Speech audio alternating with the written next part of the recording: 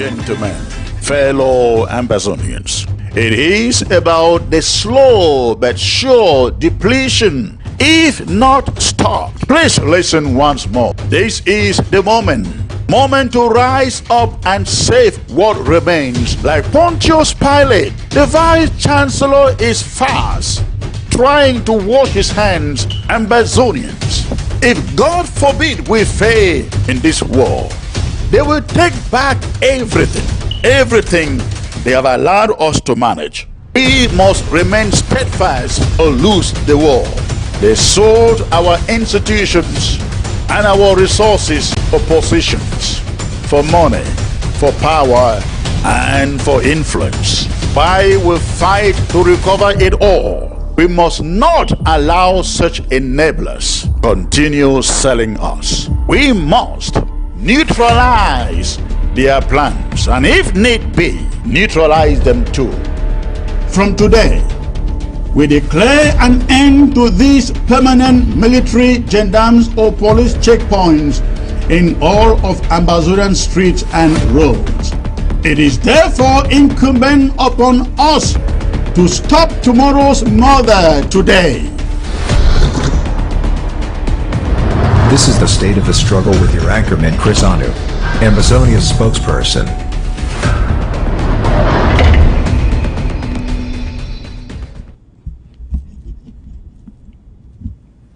Hello and welcome, Amazonia. It's a privilege to come back to you today, this gracious day, the 12th of October, in the year of our Lord 2021. I am Chris Anu, and thanks for tuning in today, Ground Zero, and of course all of you in Ground One. Today we got so much to talk about. A lot has been going on in the past 1 week of this struggle, ladies and gentlemen, and I am hoping that we're gonna do justice to all that has happened, be it on Ground Zero or in the diaspora, diplomatically, militarily, in these short 2 hours that I bring to you today in this broadcast. I want to welcome once more every one of you tuning in from Ground Zero, from Ground One, from Europe, continental Europe, including, of course, the United Kingdom, all of you in the USA, including Canada, South America, Asia, in China. Ladies and gentlemen, thank you all for tuning in today. Thank you for those of you who are tuning in by way of Facebook. Again, we're going to be having a really exciting broadcast today. And please, I appeal to you watching by way of Facebook to go ahead right now and hit your share button. Please hit your share button. In the next 5 minutes, let us make it at least 700. We're more than halfway gone. I'm talking about here on Facebook. So go ahead and hit that share button. So much to bring to you today, ladies and gentlemen, and I hope that we are able to cover everything that has been going on Ground Zero. A lot taking place on Ground Zero, and today in particular was a very, very bad day. A very bad day for French Cameroon soldiers, ladies and gentlemen. From Moyoka, or precisely in the Bafia Muyenge, to Bui, to Libialem, it was a bad day, but a good harvest for Amazonia. I'm going to be bringing you the details of what is going on, ladies and gentlemen. Please, I want to see the numbers on Facebook jumping. Go ahead, let's get the numbers jumping on Facebook, ladies and gentlemen. Let me take you right away here. To Banso, ladies and gentlemen. What you find on the screen, is what took place in Bui today. This took place in Bui today. And again, it doesn't look good. I am learning that over 15 French Cameroon soldiers gave way for a visit with Patrick Ekema today, just in Bui. Of course, the numbers in the BLM are also staggering from what I have learned. I'm going to be bringing you the details, but I will start with, of course, Bui, where I have a live report coming in. Also, we have learned of the attacks in Munyenge, precisely in Bafia, where 4 French Cameroon armies also visited with Patrick Ekema. And you should note this, when people visit Patrick Ekema, they never return. It's a journey of no return. So that is what is going on, ladies and gentlemen. So we're going to be talking about that. Also, please, I want to say the numbers here on Facebook, jumping. Please, the next 3 minutes, at least 700 people. I see almost hitting 600 now. Thank you. Keep on hitting that share button. But many other things, ladies and gentlemen, that I'll be bringing to you today. Talking about Dion Ngute's trip to both the southern zone and the northern zone. We're going to look at what that all means, ladies and gentlemen. What that all means.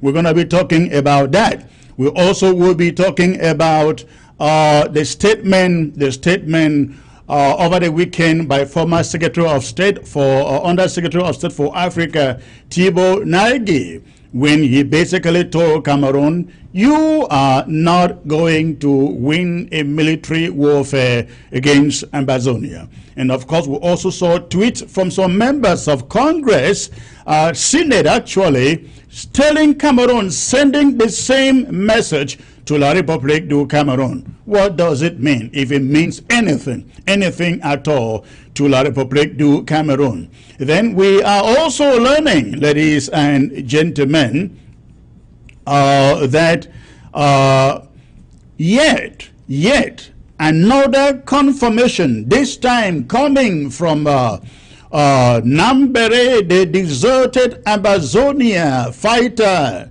who is once more the news that we have brought to you from here. This television said again and again that the ADF fights alongside La République du Cameroon, not alongside other Amazonia restoration fighters, but that they fight alongside La République du Cameroon. I'd like you to listen to this message here from Nambere, ladies and gentlemen. Listen to that.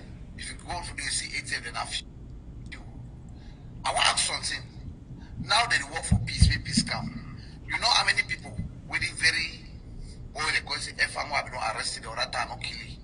They go kill 39 people. After I don't kill about 8 people, we're going to kill 39 people. We're going to go this I go kill. Never has a minute to go attack you. No. They way this Cameroon could understand the gift for Akara inside me. They would like to respect my talk with sometimes it don't be too late.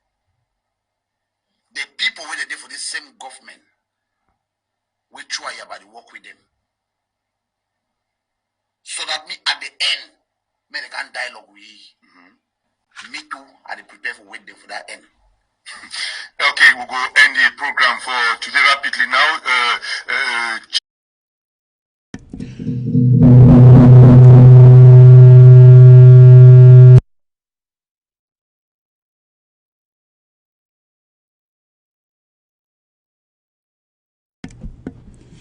All right, ladies and gentlemen, you heard that not from us. You heard that from Nambere, but again, we really don't need to convince you, ladies and gentlemen. Again, we really don't need to convince you that the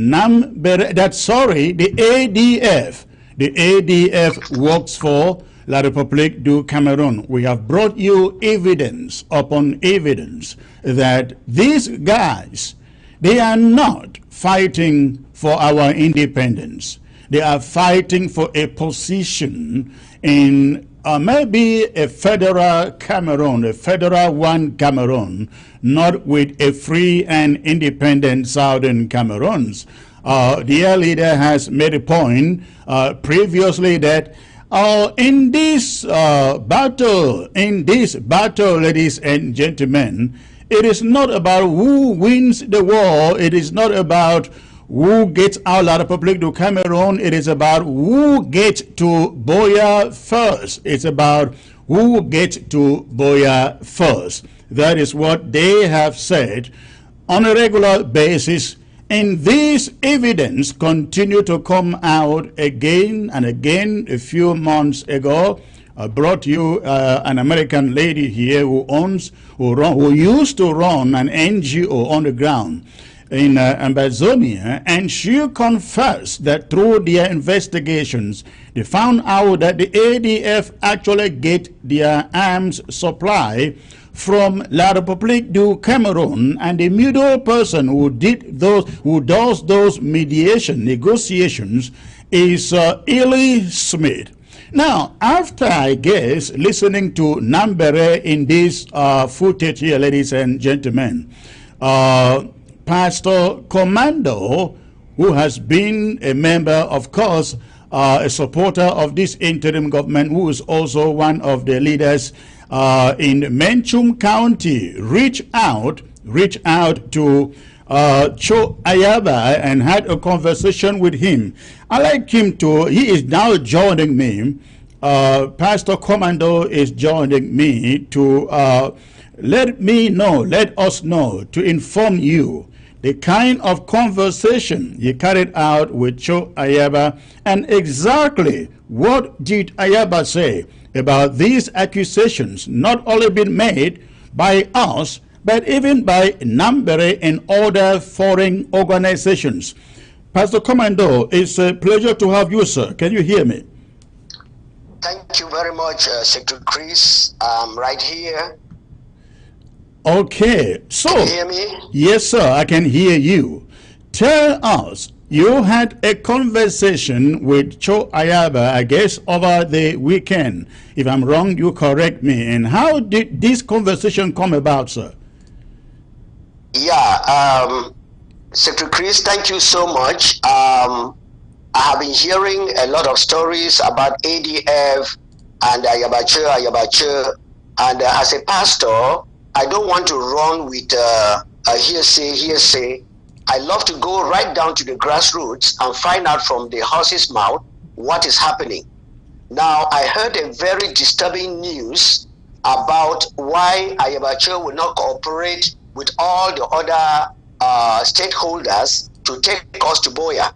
And when I heard this disturbing news, I decided to join together with all the other ones that I've been hearing to give him a chance to talk with me. So the disturbing news was that somebody who was a member of his group went to a certain shrine, and in the shrine, they initiated them and made a vow that Ayabache, should be the person to lead the Ambazonians back to Ambazonia, and that if he is not the person, then he's going to die, and that is the reason why every collaboration has been rejected by him if he is not the leader. So when I heard this disturbing news, I went out to find out from him, and the first question I posed to him was about the guerrilla warfare that we are fighting. Of course, in his normal and usual long, disturbing and intimidating talks, and also connected with hypnotism, he was trying to coerce me to believe that he has the biggest force in Amazonia and that they are fighting seriously. I laughed because he doesn't know me, but I think I know what they are doing more than any other person that he thinks he can deceive. And he actually got talking to me because of one of his henchmen that I spoke to some weeks ago in the person of Sama Thomas. And I asked for Ayabache's number because after talking with Sama Thomas, he told me that he would like me to talk to Ayabache, and I took interest. And I said, okay, give me the number. I asked him the number for Ayabache for more than 4 times, and he never gave me the number. Finally, I got a hold of the number, and then I wrote to Ayabache that, look, I spoke with his man, Sama Thomas, a few weeks ago, and he was very much that I should talk with him.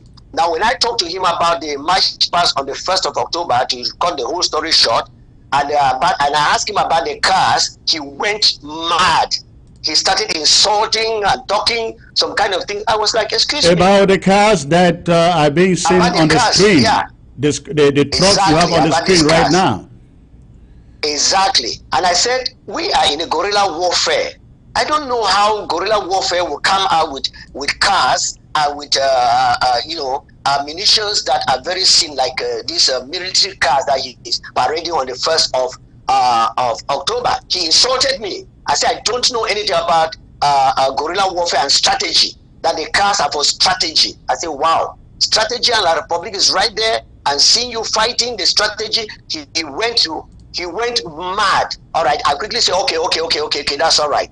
And then I now went to this question that I just mentioned, that I heard that he went and initiated himself and took a vow that he must be the person to take us to Boya, and one of his friends was delivered in our church, in one of our churches, and he confessed all this, and that he has an opportunity to also be delivered because the devil is deceiving him. When I if I may cut you there, if I may ask this, because we really don't have a lot of time here, what precisely was his response about him and his fighters fighting alongside La République du Cameroon and not with the Ambazonia restoration fighters? No, with that one, he was very mad, and I made some kind of statements that they have the largest forces and they are fighting La République very seriously. And I was like, where are you fighting La République? He says it's a tactic guerrilla warfare that, people don't see. They are doing their little bit of where they are doing, and it is not coming out in the open. I mean, it was just mixing words, and you understand from the background that it was a method, like I used to say, a kind of a seductive spirit that was trying to seduce you to believe a lie that is not a reality that can be seen on the ground. So he did not actually tell me where they are fighting, So, but then my point of interest was not where they are fighting, because I already know what is going on the ground with him. My point of interest was because he has refused collaboration with every other leader except he is the leader. And I got the story that it was this spiritual involvement where he got himself involved. And that was my point of calling him.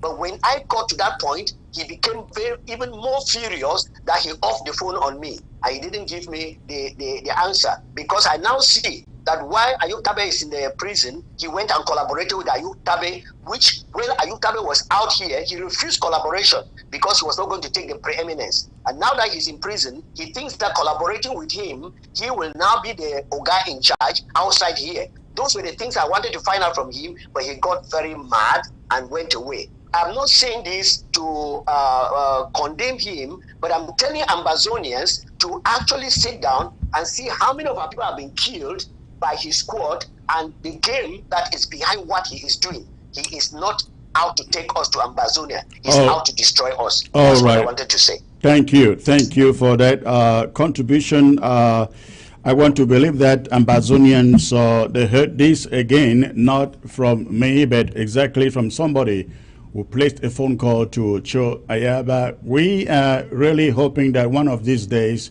Cho Ayaba would come out and explain to Ambazonians why his soldiers fight on the side of La République du Cameroon and for who he is indeed fighting for.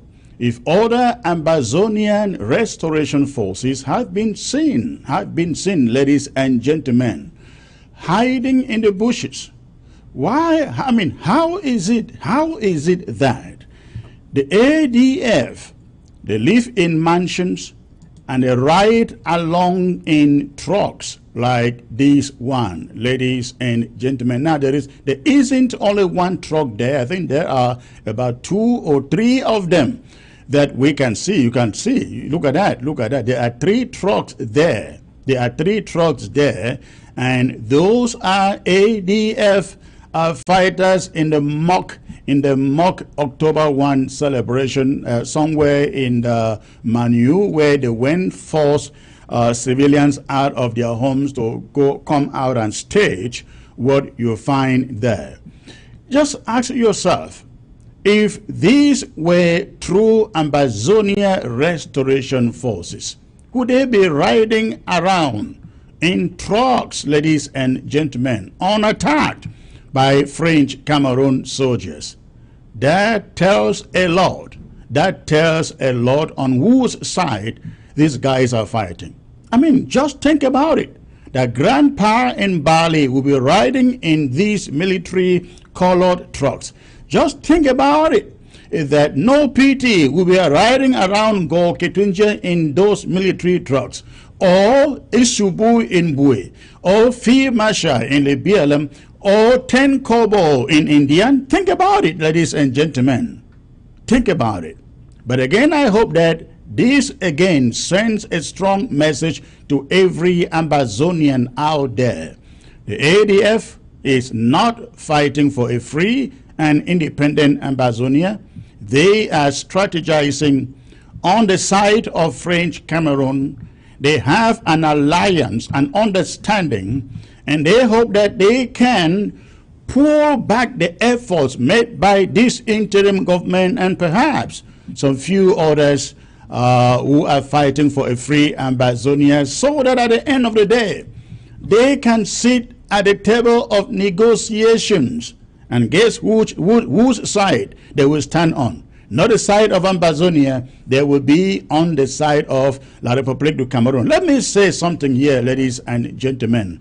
I hear some people say that, oh, you know, all your groups must come together. I will not sit on any table with Cho Ayaba on that table unless he is speaking the same language with me. I mean, when I say me, I mean this interim government. I mean the language of a free and independent Ambazonia.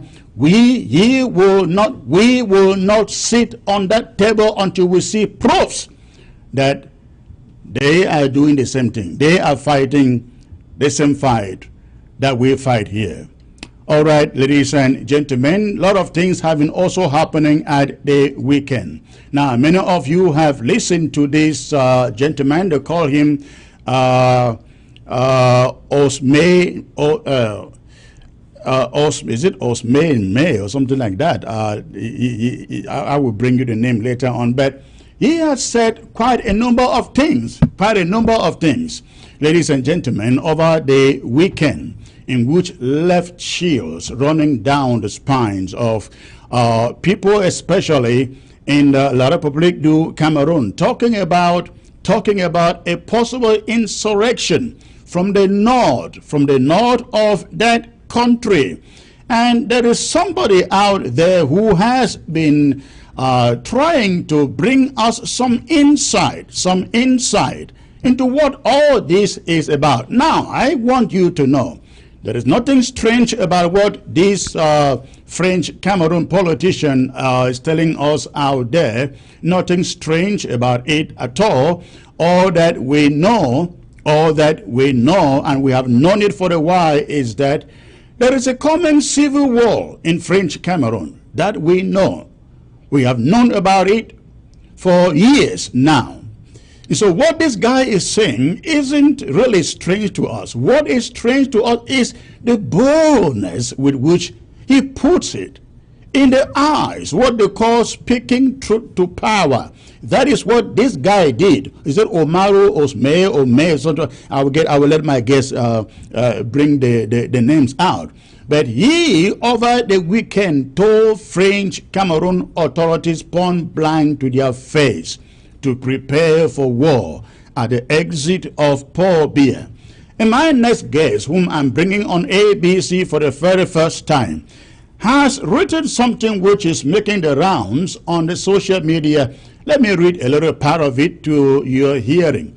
Now he says, I have always said of the time bomb in La République du Cameroon, it's boiling and garnering some pressure that will turn into energy. And once that energy chimes in with synergy, the conflagration will not just be enormous, it will be catastrophic.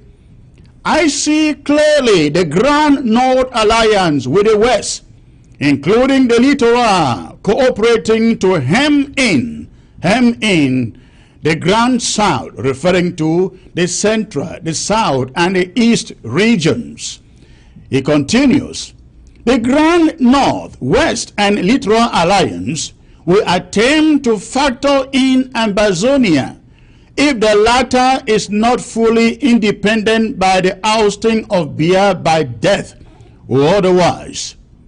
The populace has been very uneasy and hurting in the prolonged socio-political economic quagmire perpetrated by Biyaism for almost 4 decades. The disquieting mass factor will only support a regime change in support of the aforementioned alliance. He said the division is eloquently cited, namely 3 camps in the Beti Bulu confusion. Ingo, Frank, and Asumu camps will further exacerbate the division in the Beti Bulu power brokers and fuel the support and victory of that alliance. I will bring you my guest here, ladies and gentlemen, who has written this interesting piece and which he recently updated it. I am talking about no one else but Comrade Oliver Asare. Comrade Oliver Asare. Comrade, it's a pleasure to have you on ABC, my guest for the first time, sir. Good to see you. My pleasure. Can you hear me well? All right.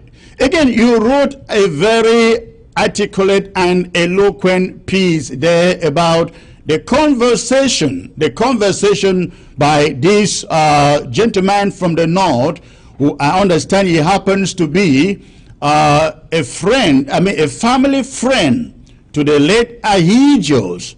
And for the first time in Northeast, is coming out making these blunt statements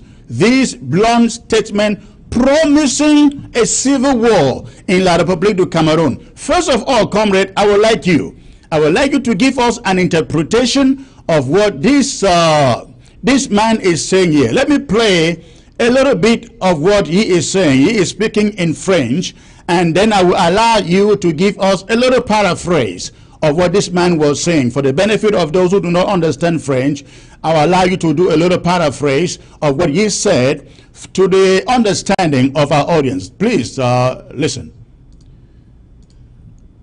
Je m'en voudrais de vous laisser partir de ce plateau sans avoir le sens exact de cette métaphore que vous avez répétée au moins ça 2 fois ici. Vous avez dit, on va mettre du nucléaire dans nos 2 réacteurs. Cette métaphore renvoie à quoi? Est-ce qu'on peut savoir ce que vous voulez dire exactement? Pour parler des solutions, peut-être j'ai failli emprunter à l'histoire avec la solution finale à la veille de la Deuxième Guerre mondiale. Vous voulez faire allusion à quoi exactement? Alors, depuis un certain temps, vous constaterez comme nous qu'il y a des pôles politiques sous-jacents. On ne va pas contourner les choses. On parle de franquistes. Vous êtes au courant au moins? Et des fernandistes. Bon. Vous avez des réseaux. Alors, dans une série de réseaux, on dit non, ça c'est le réseau d'un Ngongo. Ah bon, ça c'est le Ngongo, oui, mais là ça doit être Motasé. Ça. Donc, on les regarde, on les observe. L'objectif c'est quoi? Le projet c'est quoi, comme on dit? C'est gouverner encore après Biya. C'est ça? Et vous pensez donc que nous on va s'asseoir là et manger des cacahuètes?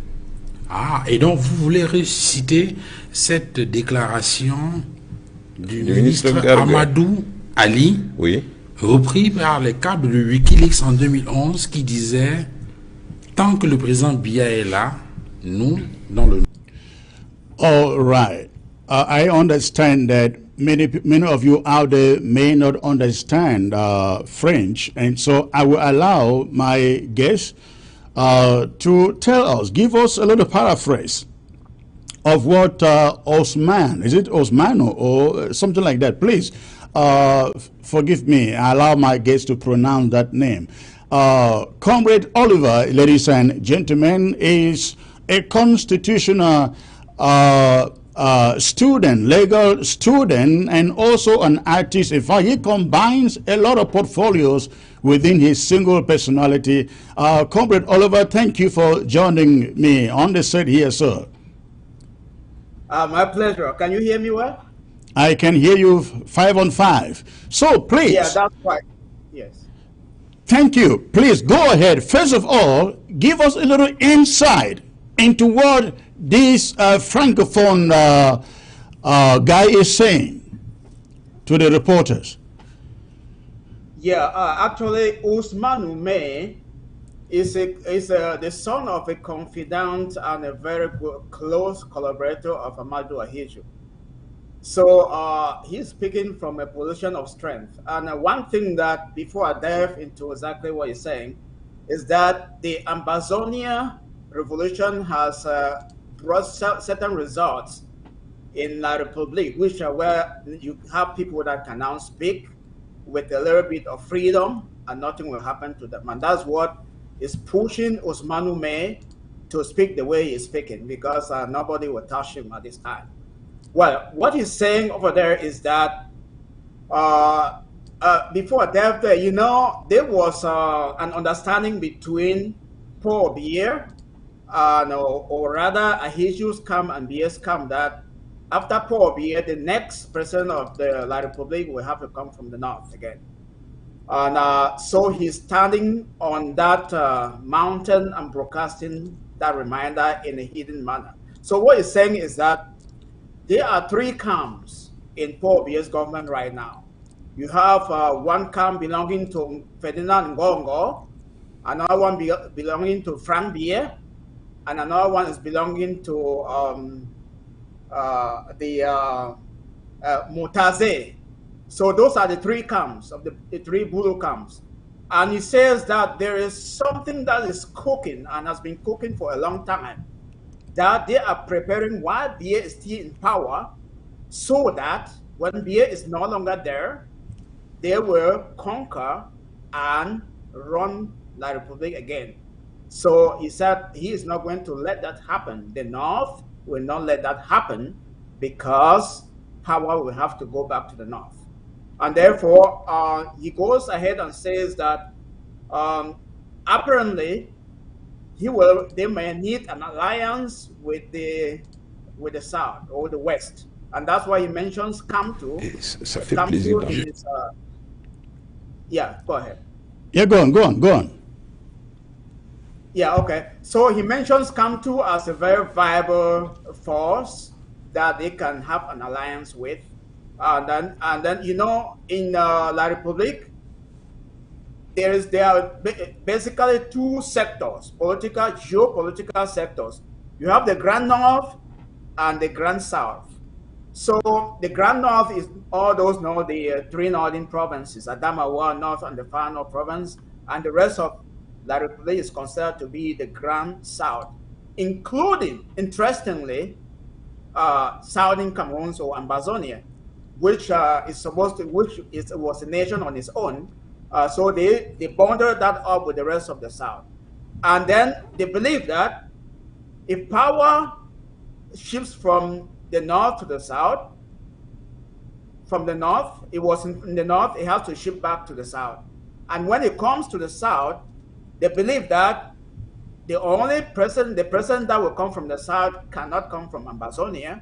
And of course, we realized that in 1992, when Frundi won the elections, France made sure that Paul Biya did not let him become president, because they don't consider Ambazonia as people that can be able to be president in Cameroon. So when they talk about the Grand South, they exclude in power sharing Ambazonia.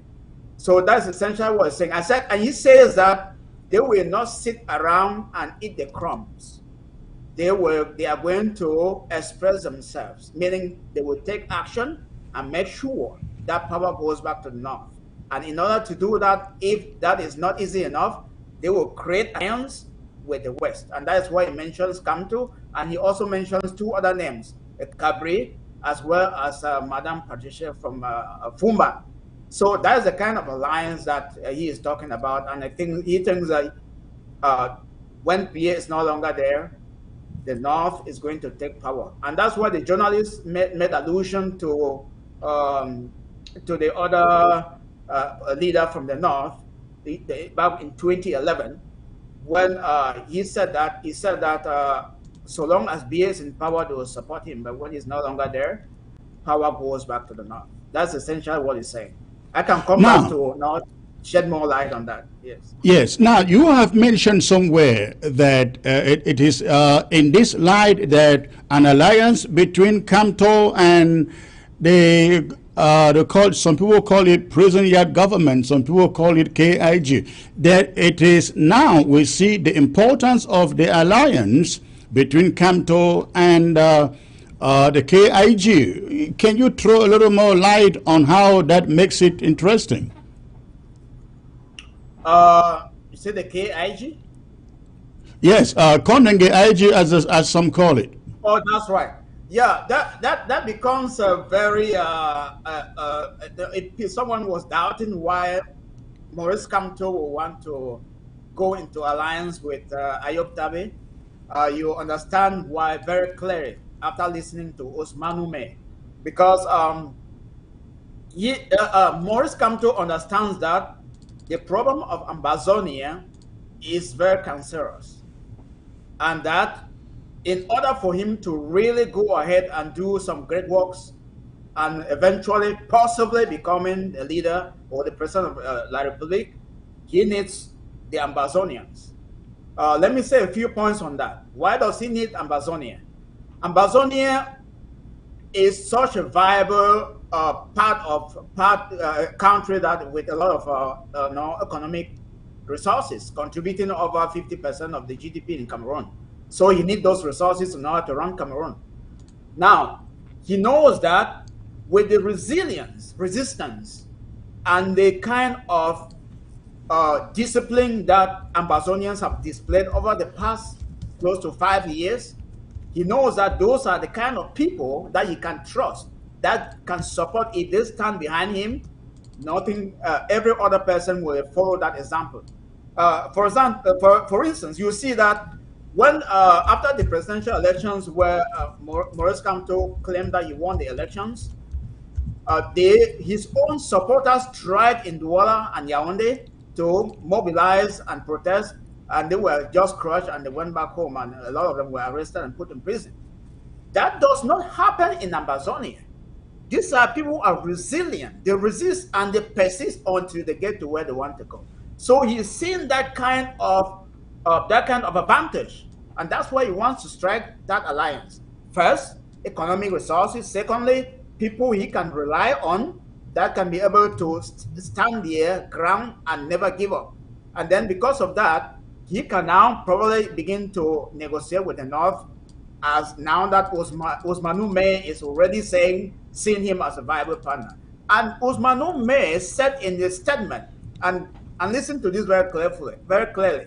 He said that he does not mean that Maurice Kamto will be in the position or the place of Paul Biya, but he is a very viable force to reckon with. That is to say that in that alliance, Ousmane Ume does not see Kamto as a potential prisoner of La Republique, but he can take any other position because the presidency has to go to the North.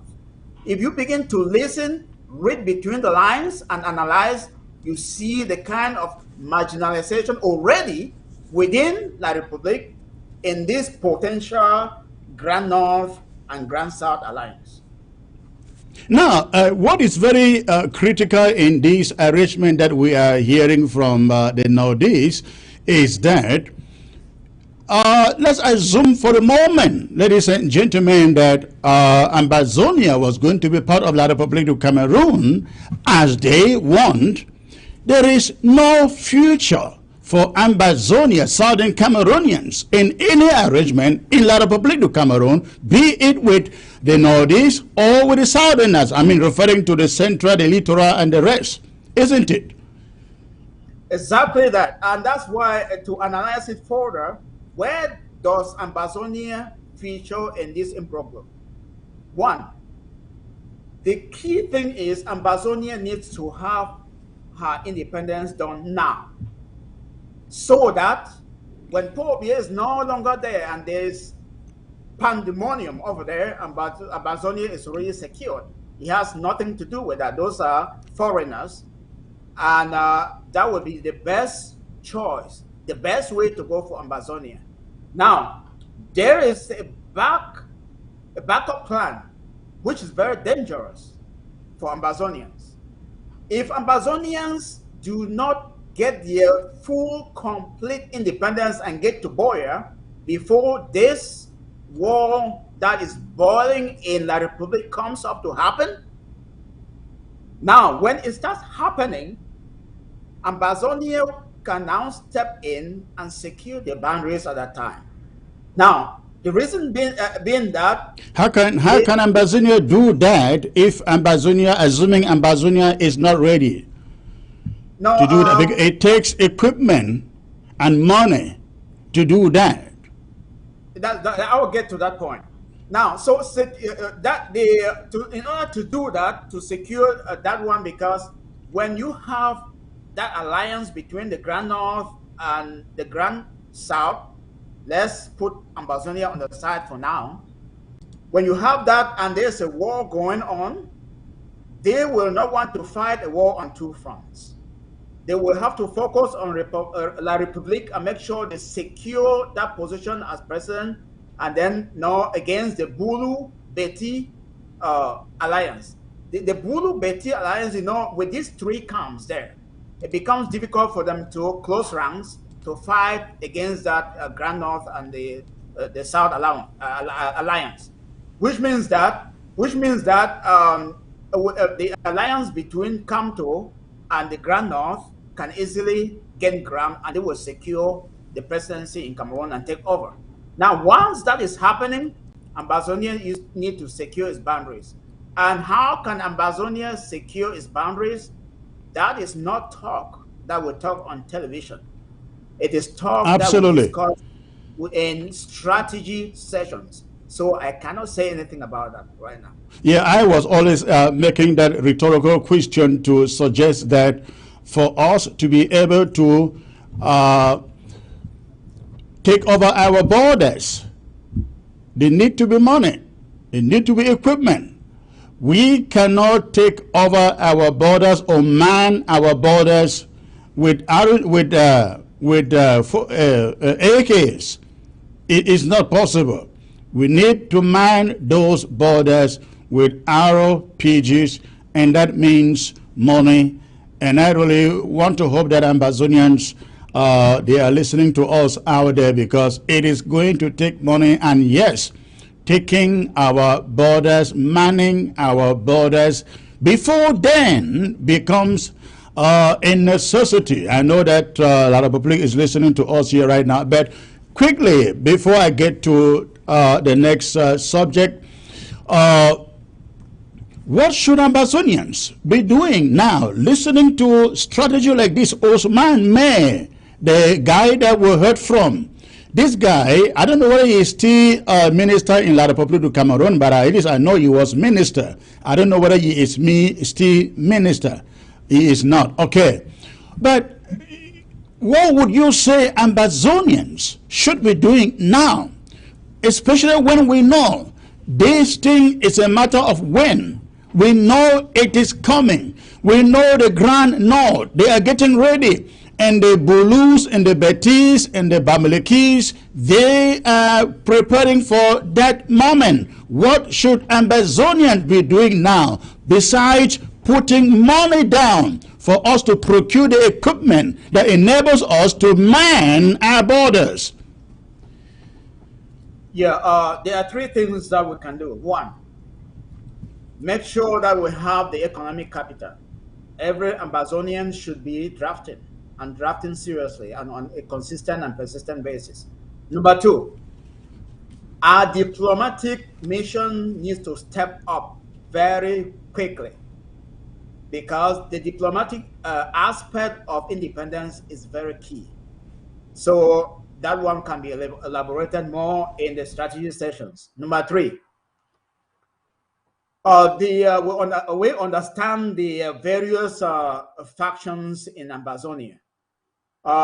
Those that the faction that we realize that is working, is enabling the Republic, they have to keep them on the sidelines, and the rest of the factions need to close ranks and make sure that we are not duplicating our efforts, so that there's no duplicity in what we are doing, so that will help us to focus and be able to gain more grounds. I think those 3 things are the ideas that Ambazonians should be doing right now, and a lot of it. Now, this is a skeleton.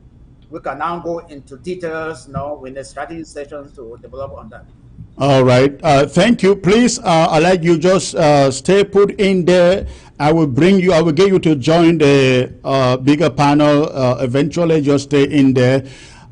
Ladies and gentlemen, let me take you over to the big news of the day. The big news of the day.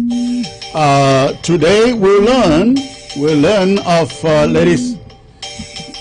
Excuse me, ladies and gentlemen, to shut down this phone here.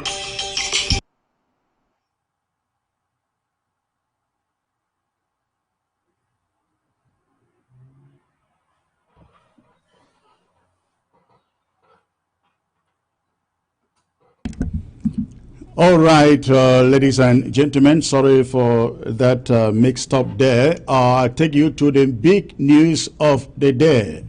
La République du Cameroon, ladies and gentlemen, had a very, very bad day.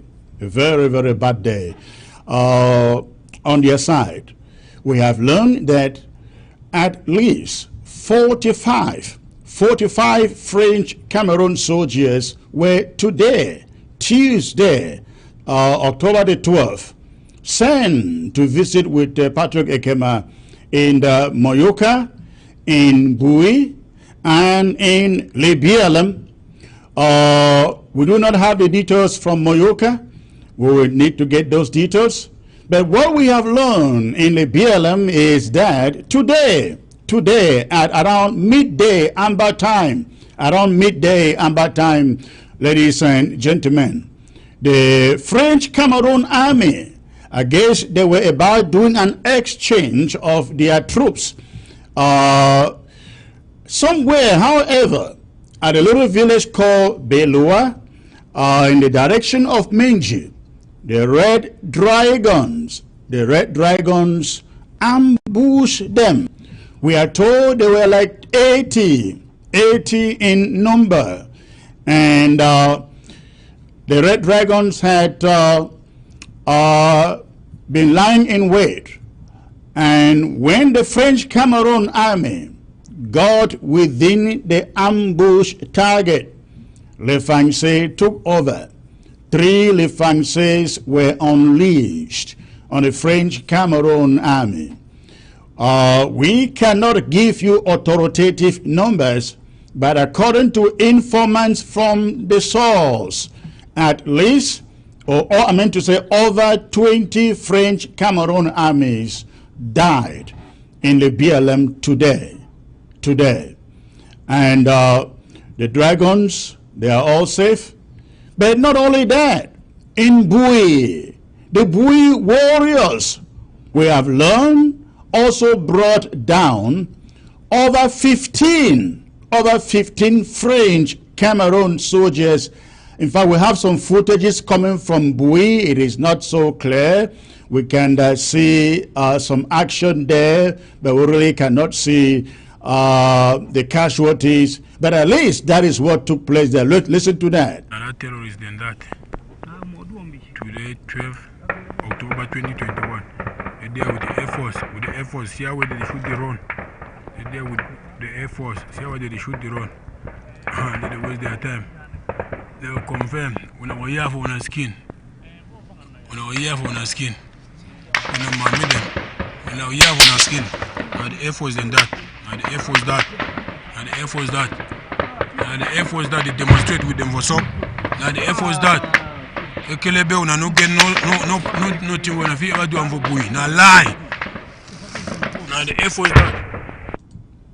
Yes, ladies and gentlemen, that again took place in the Bui County, and that's the action coming from the Bui Warriors. The Bui Warriors, and on my screen, those are the Red Dragons. Again, they left a blue on the French Cameroon army.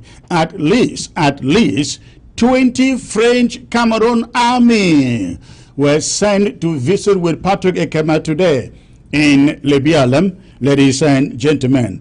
I am joined by a comrade who has been covering, ladies and gentlemen, Bui for quite a long time, and he has updates of what happened in Bui today.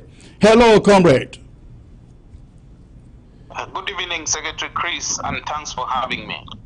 Thank you, sir. It's a pleasure having you. Please tell us what went on in Bui today. We know that in the aftermath of the visit of colonial French Cameroon Prime Minister, there were some burnings in the Bui. But the Bui warriors, as you can find on your screen, you can see the burning of homes in Bui. But today, the Bui warriors retaliated in a severe way that French Cameroon will not forget. Please tell us what happened in Bui today. Thank you for that question, Secretary Chris. What actually happened in Bui today is a repeat of what happened a fortnight ago. The same place, the same village, and the same area. A fortnight ago, when we saw the military that assembled in the border village called Babisi in Gogetunja. That military that came immediately after Betty Asombo held a meeting about the change of strategy in Amazonia. Now, when they left Babisi, the next village they were to get into was in Bui, and that is Wainama, which is about 2 kilometers away. But they met their doom in what we refer to that battle as the 3-day battle. We all heard what happened during that period 2 weeks ago. Now, the battle, coming back to your question of what happened today, this battle did not start today. It started again yesterday, where the Bui warriors ambushed La Republique truck that was coming again from Babisi. And La Republique truck, they were in about 7 vehicles, and 9 left from Kumbu early in the morning to accompany them to Kumbu. But the Bui warriors of Zekwa South ambushed them in Wainama. And it took them about 7 hours to cover a distance of less than 20 minutes to come to a village called Nkar. Nkar is a village immediately after Jakiri if you are coming from Bamenda, and it's just about 2 kilometers away. While at Nkar, the Bui warriors of Zekwa West, they came out and again gave them another blow at Bonaberi, a village, a quarter called Bonaberi in Kar. And they had a serious fight there. They exchanged guns, so they succeeded. One armor car was blown down, and the military succeeded to tow it back to the gendarmerie, which was just about 1 kilometer away. Now they tried to continue their journey to Kumbu. Unfortunately for the Bui warriors yesterday, 2 informants called the military while at Kar, alerting them that the warriors were at Sop waiting for them. So they stood between Nkar and Sop for about 3 hours while the warriors were waiting for them and they were waiting as well for the warriors to disappear. After 3 hours, they took a U-turn yesterday back to Nkar, where they decided to spend a night there with the hope of traveling at night. But their informant kept giving them information that the Bui warriors were still there. So the warriors spent the night at Sop and then decided to play a fast one by changing their position during the day. And that is when the informant told them that the Bui warriors had left. So they left Nkar, and just after 2 kilometers, there was another standoff between them and the Bui warriors, what you have just shown on the screen. We heard the general who led the battle. He came all the way from Kungu East, and he joined the Zekwa general, and they were all there together with some of their collaborators from other barracks, from other Bui warriors barracks. Now you could hear even from the commentary as the general himself was saying that those in the machine gun they have attacked, and those who came round to shoot at the Bui warriors started running back when their colleagues were brought down. They started running back to their vehicles for safety. That's in a nutshell what happened in what we are calling today a 2-day battle. Now, tell us, what do we know of the casualties? To be honest with you, the only number from an eyewitness who said today, the casualty for today was only 7 from what they saw immediately. But the number that we are reading online about 15 is from the casualties of yesterday, not today, which is the one at Wainama and Nkara. Okay. Today, the ones that we saw that were shot, that were dead from our eyewitness, they said 7 and not 15. So the 15 were from yesterday. So if we add today, we are talking about 22. If you look at the screenshots of those circulating the number of 15, it will tell you that it was on the 11th of October, not the 12th. What I am reporting today is what I got, which was 7 in number from at least 7 eyewitnesses. Now tell us, what do you know of the village that was burned? Do we know how many homes were burned by the French Cameroon army?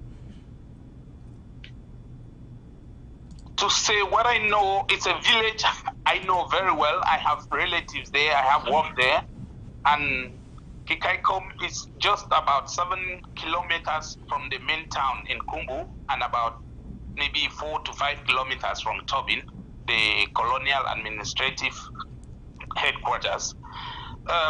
So far from the houses that we have on record that we are counted and sent to us on pictures, not the ones that we hear that we haven't, people have not been able to see, because there are some who are even coming back home and they are seeing their houses burned.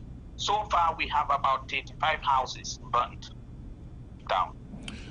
Wow, 35. Now, do we have an idea the number of French Cameroon troops on the ground there? The number fluctuates. I will be honest with you. Only the number that went to Kikaikom, that the village that was burned down. Don't forget that they left Kikaikom after spending 2 days and went to Kikaikelaki the 3rd day. Kikaikelaki is the village of late Cardinal Tume of blessed memory, and they also burnt 3 houses in Kikaikelaki. So concerning the number of military that we still have in, are you talking about Kumbu or Bui in general, to be sure of what you are asking? I would say Bui in general. Concerning the military that in Bui, our coordinator for Noni, LGA, told us specifically that we have about 115 military still stationed there after the extra left. In Oku, we got about 6 extra trucks that came in And if you can imagine that about 17 to 19 people are usually on the bigger one, then you can do the calculations times 6. In Kumbu, with the convoy that came in today in 9 trucks and 6 pickups, and they are coming to add to the 10 that came last week. In Jakir, in Mvun, which is Mbiami, is the capital. Last week we also had this. Last week we also had a battle there, where about 4 La Republique military forces were killed by our forces there. They had about 8 trucks that came through the western region from a village called Lip. So if you put all these together, and then we have another LGA which is called Nkum, and that is with the capital being Tatum. Yeah. We had other militaries that came through Ndonga Bantum from a village called Lu, where about 3 to 5 houses were also burnt down last week. And then talking about Jakiri itself, there is a school called, which is the LGA, there is a school called veterinary school where they are stationed. I got information today that those that were stationed where they were staying as a military base there, they are those who joined the trucks that came to Kumbu. So in a nutshell, we should be having about 500 to 600 military extra. That means those that are not based, but those that came purposely since October 1st and are still there, and they will only start reducing them by the end of the month to go start preparing for their nation's cup. All right. Thank you for that detailed report. Please stay on top of the information, and I will get back to you. Thank you so much for having me. All right. All right. Okay, that was our correspondent, ladies and gentlemen, reporting on the events in Bui County with the Bui warriors who are doing a fabulous job defending their territory and defending a free and independent Ambazonia. Now, I want to take you now to another subject, a critical one, of course, of the day, and I would like to start with this piece of information here. I mean, this clip, this footage. I'd like you to stay put. Now, you will all recall that last week, Dion Ngute, the colonial prime minister of La République du Cameroon, ended his parades in the southern zone and in the northern zone. He came visiting, according to information from his office, to explain to the people of both zones the progress made so far in relation to the so-called special status. And he went to Tico, went to Boya, went to Victoria, and then ended in Bamenda. Quite a number of things happened in these two places. Did he actually succeed to persuade the people in both zones that special status is taking place, is happening?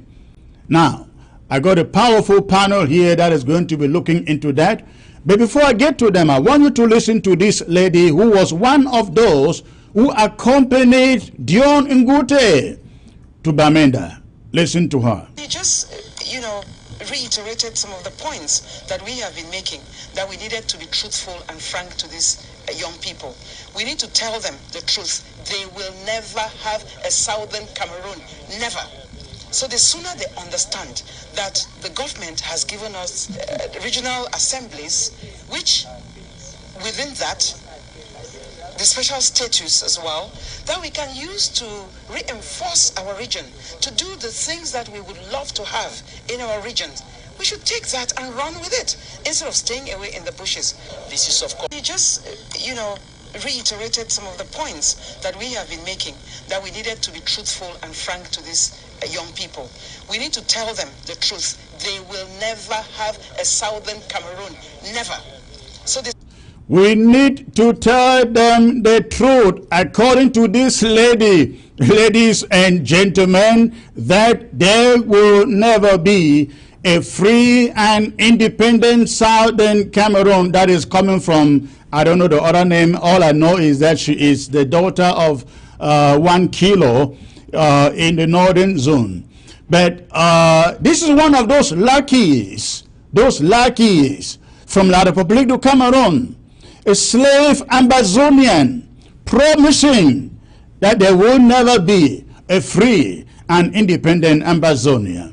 And that was the message, ladies and gentlemen, that John Gute took to Boya and took to Bamenda. He said he met with different delegations in the southern zone and northern zone, and in the northern zone he promised them the ring road. Once more, the ring road. I don't know what will happen when this card of the ring road finally gets off the table. I don't know what they will use. Are they not ashamed that every time they come visiting to Bamenda, it is all about the ring road, all about the ring road? Do they think we are fools, ladies and gentlemen? I don't care they come tomorrow and tar that road. For how long will they keep promising the ring road, the ring road, the ring road? John Gute, for one, should be ashamed of himself. This is a man whose county produces the wealth that runs Cameroon, and there is no road, no single road to that town, ladies and gentlemen. And he thinks he can come around and placate us with a ring road every time, all the way from Achidi, from the time of Achidi Achu. No, let me start from Issa Hayatu, Paul Biya's first prime minister, Hayatu. He promised us the ring road. Achidi Achu came and promised the ring road.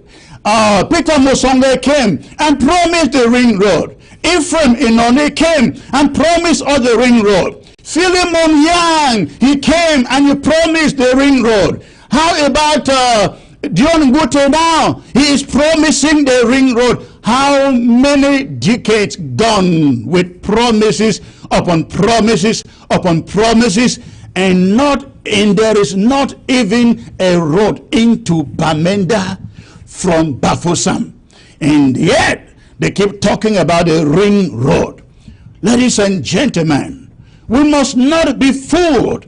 We must not be fooled. Let them come tomorrow and tar Bamenda Bafoussam road. We don't care. We are gone, and we are gone forever. When we take back our country, we will build our roads in less than no time. In La République, we know.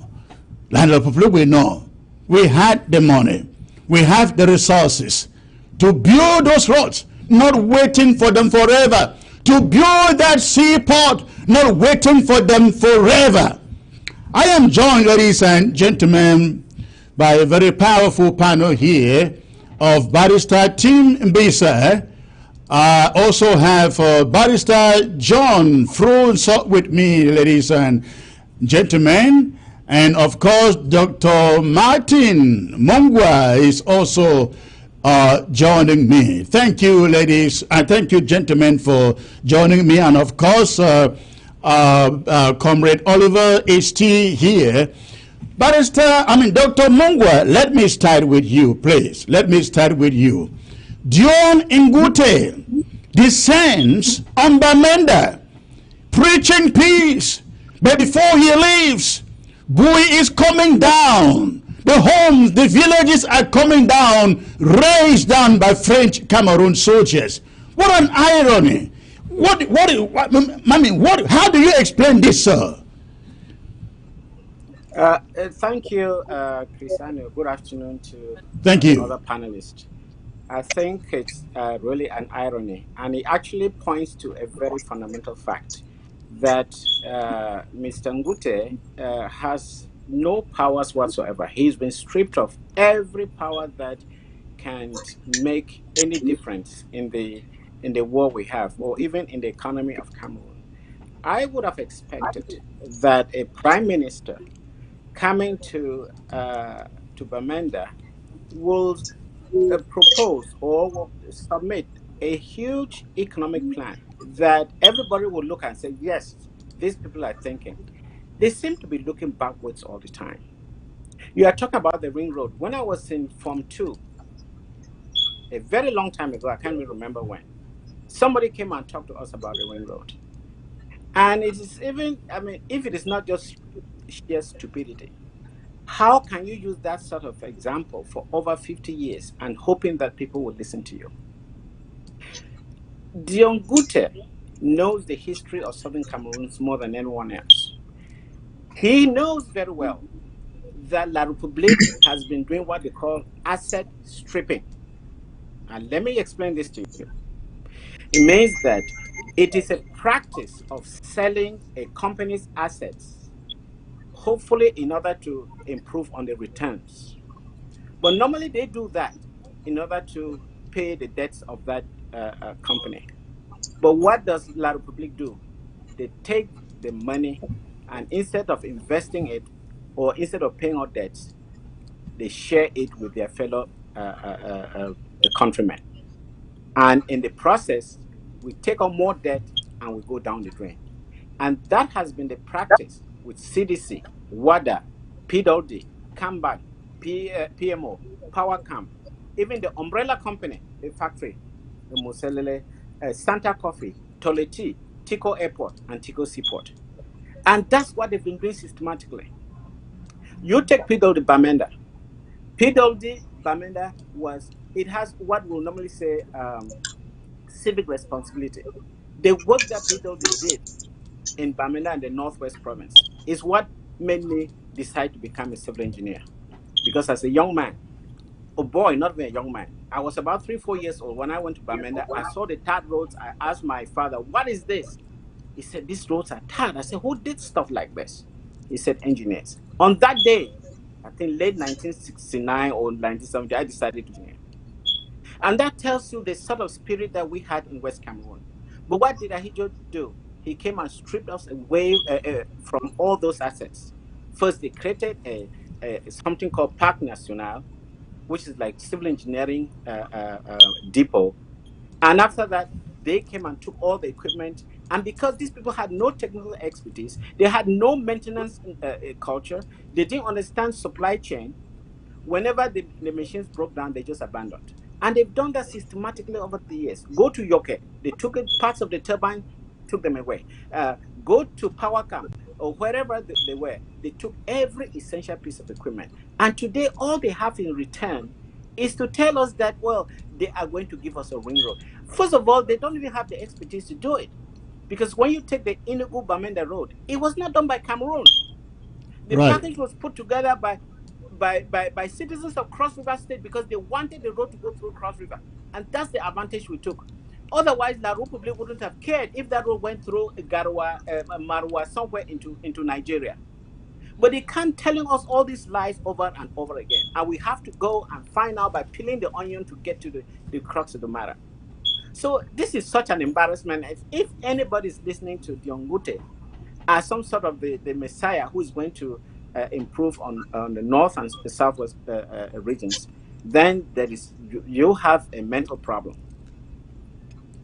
Barrister John, I'll let you come in here and give us your take on this Dion Ngute's trip to the southern and the northern zones. Thank you, Secretary Chris. I'd like to note that before Dion Gute came to Bamenda, he had been to the southern zone. Immediately after the southern zone, he took off for Geneva in the secrecy of the night, then came back and went to Bamenda. Where he arrived, he was greeted by our warriors in Santa to indicate that he was in a war zone. And he got to Bamenda, and the Bamenda people being what they are, they did not fight back. Because if you look, I'm from that town. I was born and bred in that town. If you look, everywhere was surrounded by the army, and most of the population that you saw there came from the Western Province. Of course, the few CPDM enablers were there, and John Gote I don't know what his mission to Bamenda was. But this issue of ring road, what has the ring road done to these people? Leave the ring road alone. Even when I was a kid, I heard a Ijo regime talk about the building of the ring road, which never happened. Dia came every year, every time. Every election. Election, they use the ring road. Ah, come on, man. These people have nothing. The Ambazonian Restoration Forces have made us proud by cutting off the live wire, anything that can give these people any money. The only thing that we have not been able to do is to stop the crude oil flow that is giving them money. The people are broke. They cannot even finance the war. And they come and a man like John Gote, after having been shaken in Santa, that's Matazem, he came down to town and talks about Ring Road, like all of them. But that is visit, Secretary Chris. I want to isolate. I want to indicate 4 words that he used, and he used them in a very technical way. You know, he's a lawyer, just like my senior barrister Mbessa and myself. Even though he's not licensed, he has never been licensed to practice in any bar, but at least he has a terminal degree in law. Can you imagine? He used the word your territory. And he also used the word independence. They went, now I'm coming. President Bia don't send me for tell when I say more, when I take back when I territory, when I take back when I independence, when I sovereignty. And then he was gasping for words. Somebody threw another word. He said, your dignity. That is the most important take I have. The Holy Spirit got hold of this man and he spoke the truth for once. Look, that Aisha Kilo that you saw like that, I know her very well. She had been a teacher in University of Oya and was made what do they call them, Secretary of State for whatever. On what leg is she standing on? Can she where she is now as a son of Nso from Tobin? Can she drive her car into Kumbu right now as we speak? And he comes and says that you will never have Southern Cameroon. She's standing on what leg? Let her go back to La Republic of Cameroon. She was protected by the soldiers to come to Bamenda for the first time. Let her go back. She doesn't have anything to say. We have had our independence. We have restored our independence. Whether Kilo, Diongote, and the rest of it, and rest of the neighbors, they want it or not, they have seen by themselves. The delegations that went to see them, they told them that the only solution is to negotiate. The only solution is let's have our country back. These are CPDM people from the Northwest telling them that. We have all that information, but what does it do to, or what does it translate to? He made a secret journey to Switzerland, and and let me see where they will advance to. Yes, today they've lost 45. Tomorrow they may be losing 100. We will continue to fight. We will continue to shoot them. Anything, any symbol of the Republic of Cameroon on our territory should be down. Barrister John, let me get to Barrister Tim Bisa. And the question will be, do Dion Ngute need to go down to Bamenda for consultations or to tell the people that this is what they are doing? Because I think, or to hear what the people want, knowing that they know exactly for the past 4 years what the people want. Did he really need to go down to any place for that? Thank you, Chris. Thank you, Chris. I think that's the core of the problem. Now, let us start from the start. Who is John Gute? By his official title is the Prime Minister, Head of Government, and is coming as a spokesperson for the President. According to him, he's coming to explain the resolutions of the Ghana National Dialogue, not resolutions, but the National Dialogue took were recommendations given to the government, headed by John Gute, who was coming to explain. But throughout the 3 days or whatever length of time, did he explain anything? No. Dion Gute explained nothing. All what he did was receive delegations. But let us remember, this is his second trip since becoming prime minister to Bamenda and to Boya. What has changed? Among the recommendations they gave them at the Ghana National Dialogue was the ring road, one of the causes of the revolution. They have their talking points. When they go to Boya, the southern zone, they talk about the deep sea port. When they go to the north, they talk about the ring road. Them and all of us will be reminded that the Ambazonian problem is not about the deep sea port in Victoria or not. It is not about the ring road in Bamda. What is a ring road in the first place? A road. Probably they don't know that as we speak. There's a highway that runs from Abidjan to Accra. That's a road. But those are two different countries. There's a road that runs through Bamenda, Manfe to Nigeria. That's a highway. What does that make a difference? So, when Mr. Dion Gute goes there, I receive the same delegation. Some people can give us a Savannah province, say some people want to be classified. What has that got to do war? He delivered nothing. He had nothing to deliver. Us. Forget about the coming there. That's I see Mr. Philemon Young presenting him something. Where's Philemon Young coming from? This came from Yaoundé with him. He brings his own people who will receive him. They present him gifts, which they bought somewhere. Come before the stage, make utterances, Oh my goodness. and then they enter their armor cars and go back to Yaoundé.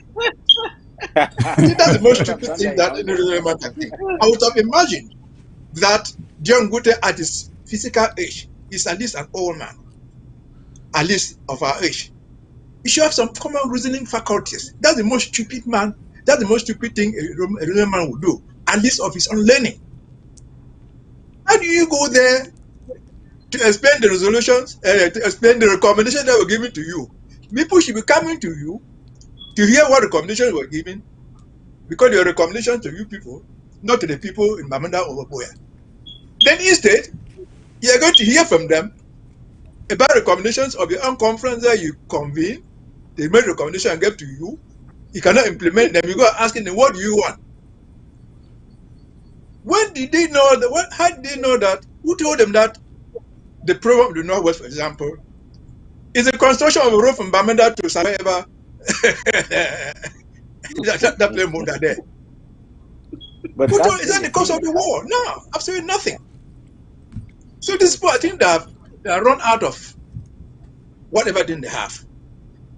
When you listen to, let me stop you a little bit there. When you listen to this Chinje lady, this professor, talking about the aftermath of the visit of Dion Gute to Bamenda, oversee RTV, she says everything that they promise with the special status has already been rendered. In fact, she said it's unfortunate that many people don't even know it. Let me get to Comrade Oliver, please. What's your take on that? Well, Secretary Chris, it makes me laugh.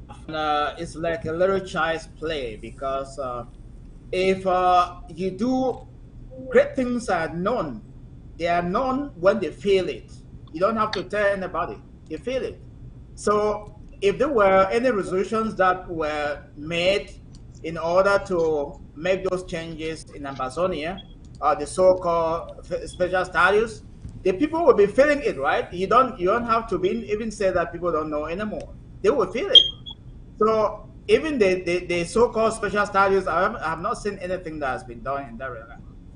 But I would like us to really refocus, because we have in this Amazonian revolution, we have a common enemy, which is La République du Cameroon.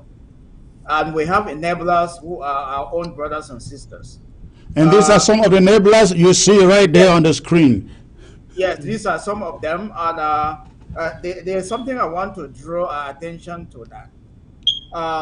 Even those enablers, whether it's the Prime Minister, Dion Gute, Kilo, or any of those other ones, La Republic does not believe them, even though it does not believe whatever they say. What La Republic uses as a strategy, that's my friend right there. It uses as a strategy is to use Ambazonians to talk to Ambazonians, to try to divert the attention and try to make them think that we can never achieve Ambazonia as an independent country. So when they try that strategy, they themselves not even believing that even those Ambazonians that they are using as enablers will be able to succeed, because they don't believe them. Because they have never, once they go back to Yaoundé, they are still always considered as outsiders. They are never part of the Republic. They are only as agents that are used to manipulate and downplay everything that happens in Ambazonia.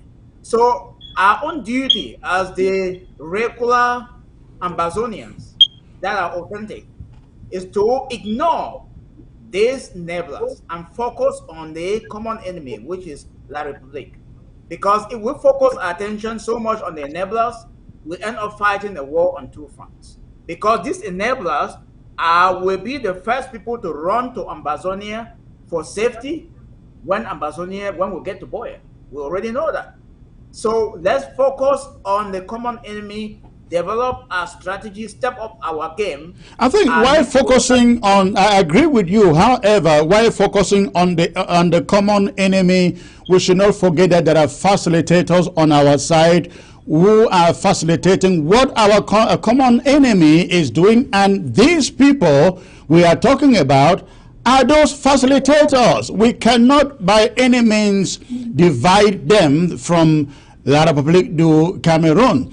But let me get to the other speakers here. Dion Gute did not only mention the word independent. Some people, as Barrister Mbesa has said, think that it was inadvertently mentioned. But he also mentioned our territorial integrity or something like that. But then, if all those things were errors, how about the umbrella? Was the umbrella an error also? Let me start with Dr. Mungwa, please. I mean, it simply tells you that that band that came from, it's just a circus. I don't think they have any coherence in what they're doing, because they're totally confused. As one of the panelists said earlier, they run out of ideas and they say whatever comes out of their mouth. And I'm in total agreement that what happened to the Prime Minister in Matezam was actually the Holy Spirit descended upon him. And when he saw himself very close to death, truth came to his heart. And by the time he reached Abakwa, he knew exactly what the people wanted. It's very clear from that.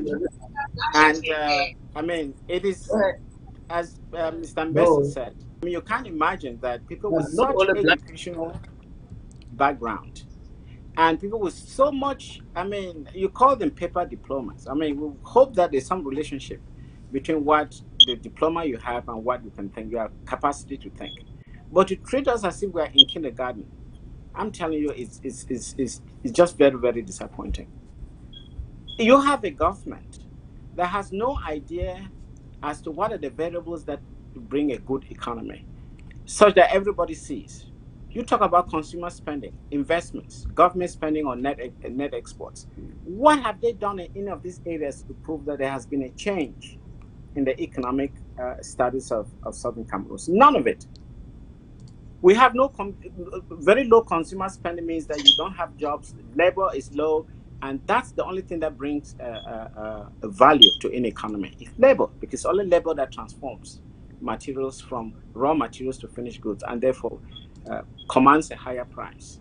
They don't even go to such nitty-gritty to make the ordinary person understand that, look, when we talk about the economy, we know what the prime movers of the economy is. You are talking about investment. What investments have they done? Instead, they're doing asset stripping. You would imagine that they will get new machinery for the CDC. They will get make sure that the old ones that don't perform, retire them, and so on and so on. Improve on it. Nothing. What they do, they sell their assets, they take the money and they split between themselves, and they come back and they shed crocodile tears. What sort of economy is that?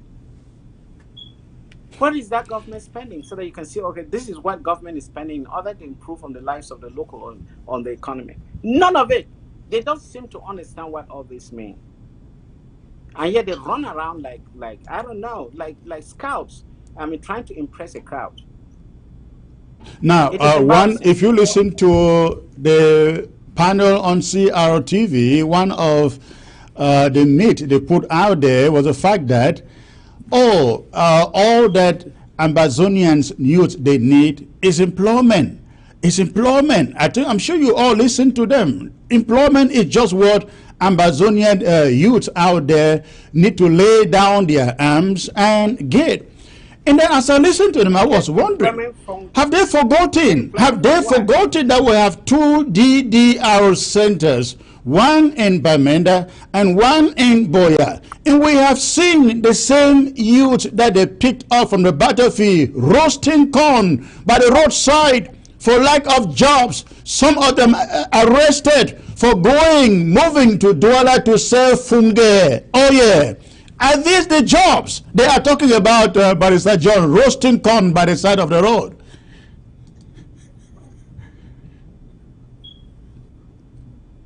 I'm sorry, Barrister John, I think you muted that. Go on, please, Barrister John. I'm not muted. Okay. Can you hear me? Yes. Yes. Can you hear me?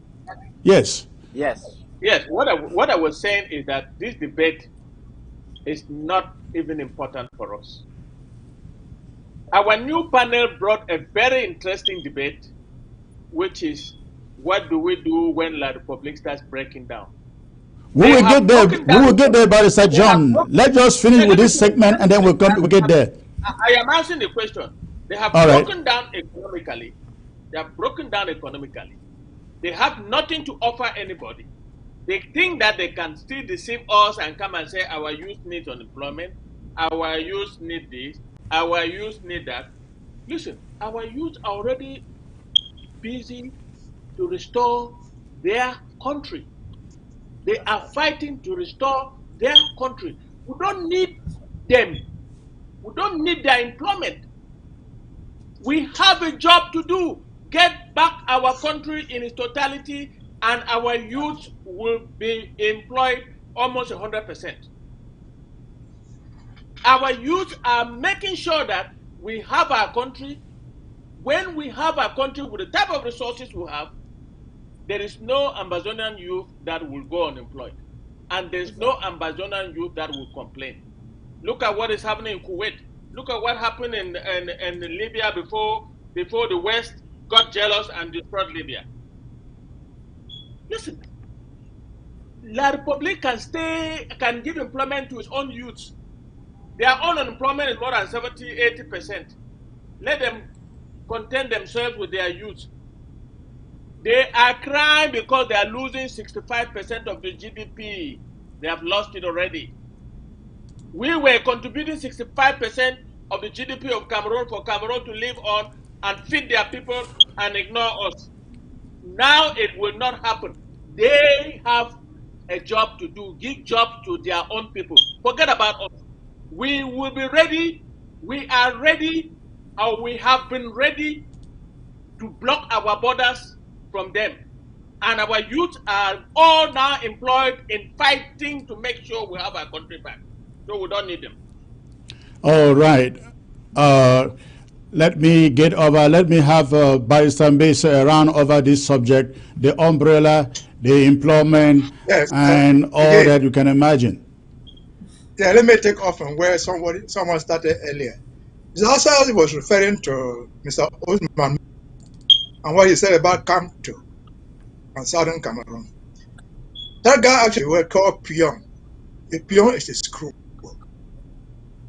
These people, like people regard us as pion, screws, nothing but screws to be used.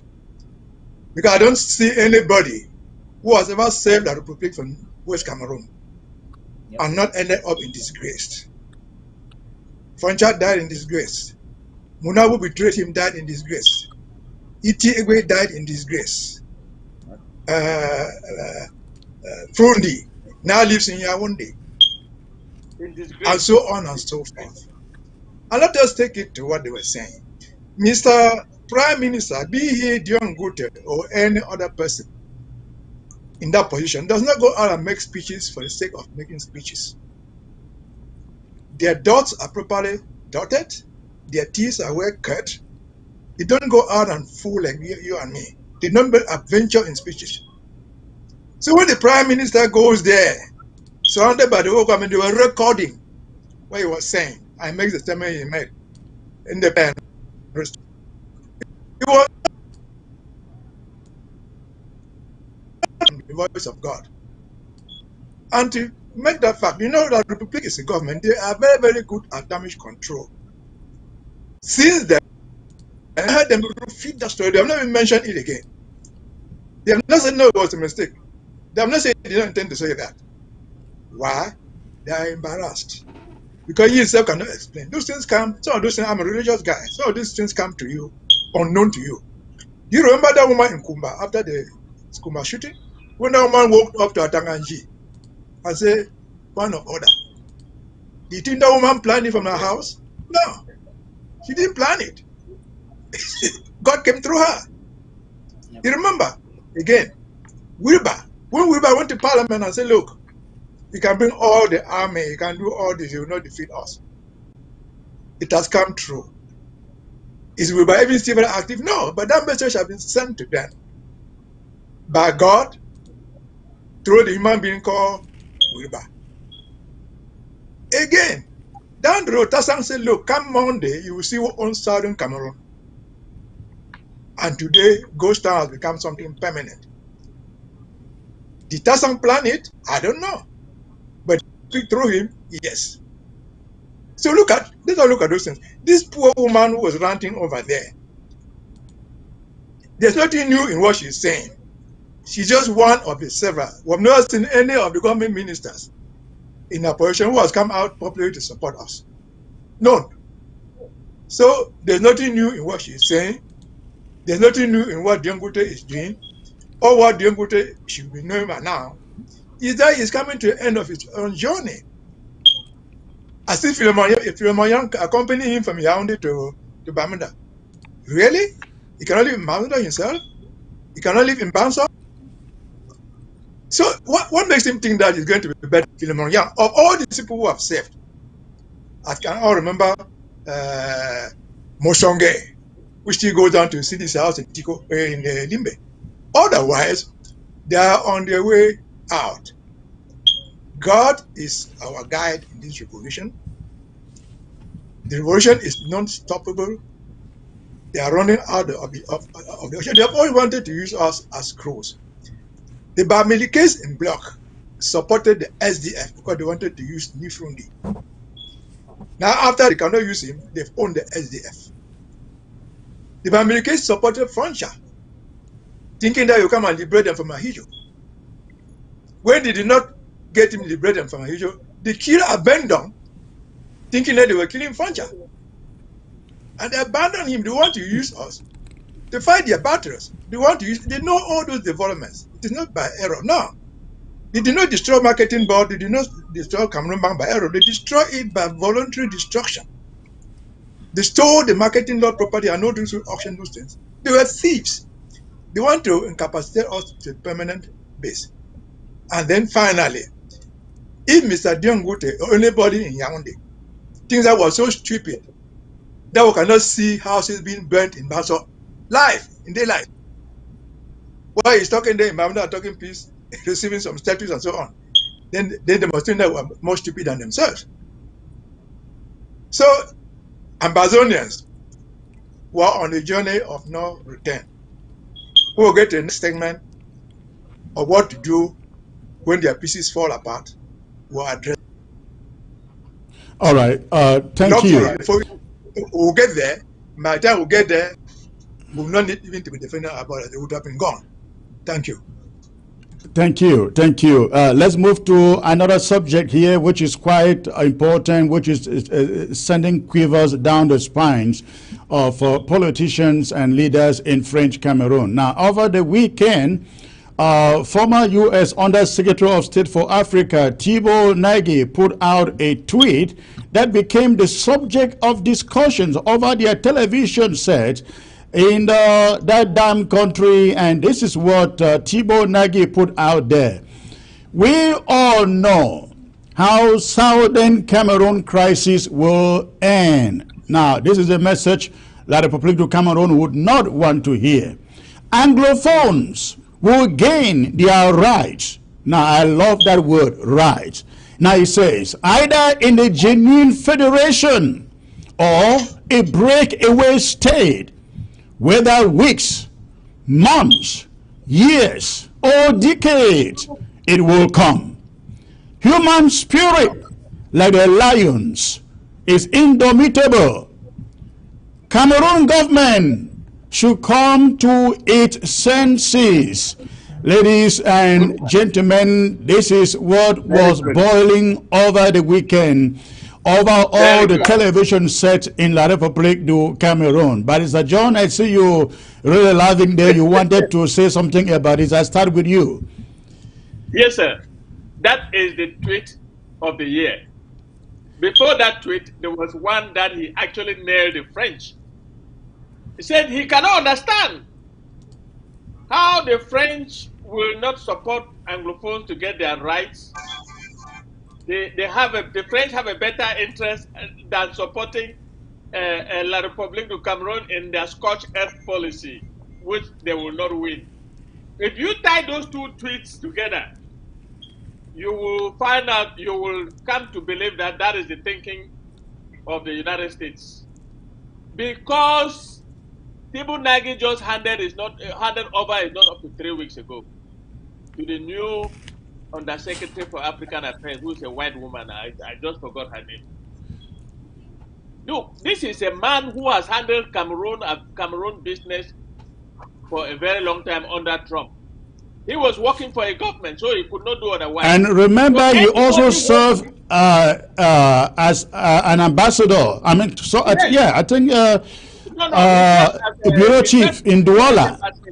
In Yaoundé. He served the U.S. Embassy in Yaoundé, and he was an ambassador, I think, in Liberia, and so on. So he knows Africa very well. I take his tweet very seriously. He didn't have to do this tweet. He did this tweet because of what he knows. Apparently, he is telling everybody in the world, including La République, that Southern Cameroon will decide their fate, and their fate is what they will decide. And that word federation was just put in there to pacify La République du Cameroon. He actually meant a breakaway state. Because Cameroon has not been able to do anything in 4 years. In fact, they have lost the war, and they are refusing to accept the fact that they have lost the war. Thibault Nagy is a U.S. diplomat. Even though he is just about 3 weeks out of work, he speaks publicly. He speaks the policy, what the U.S. policymakers believe. He speaks the policy of what U.S. believes. And it is rather unfortunate that some misguided Ambazonians will call him a con man, will insult him, write all kinds of things about him. Yes. They forget that he was working for a government. He was working for a government.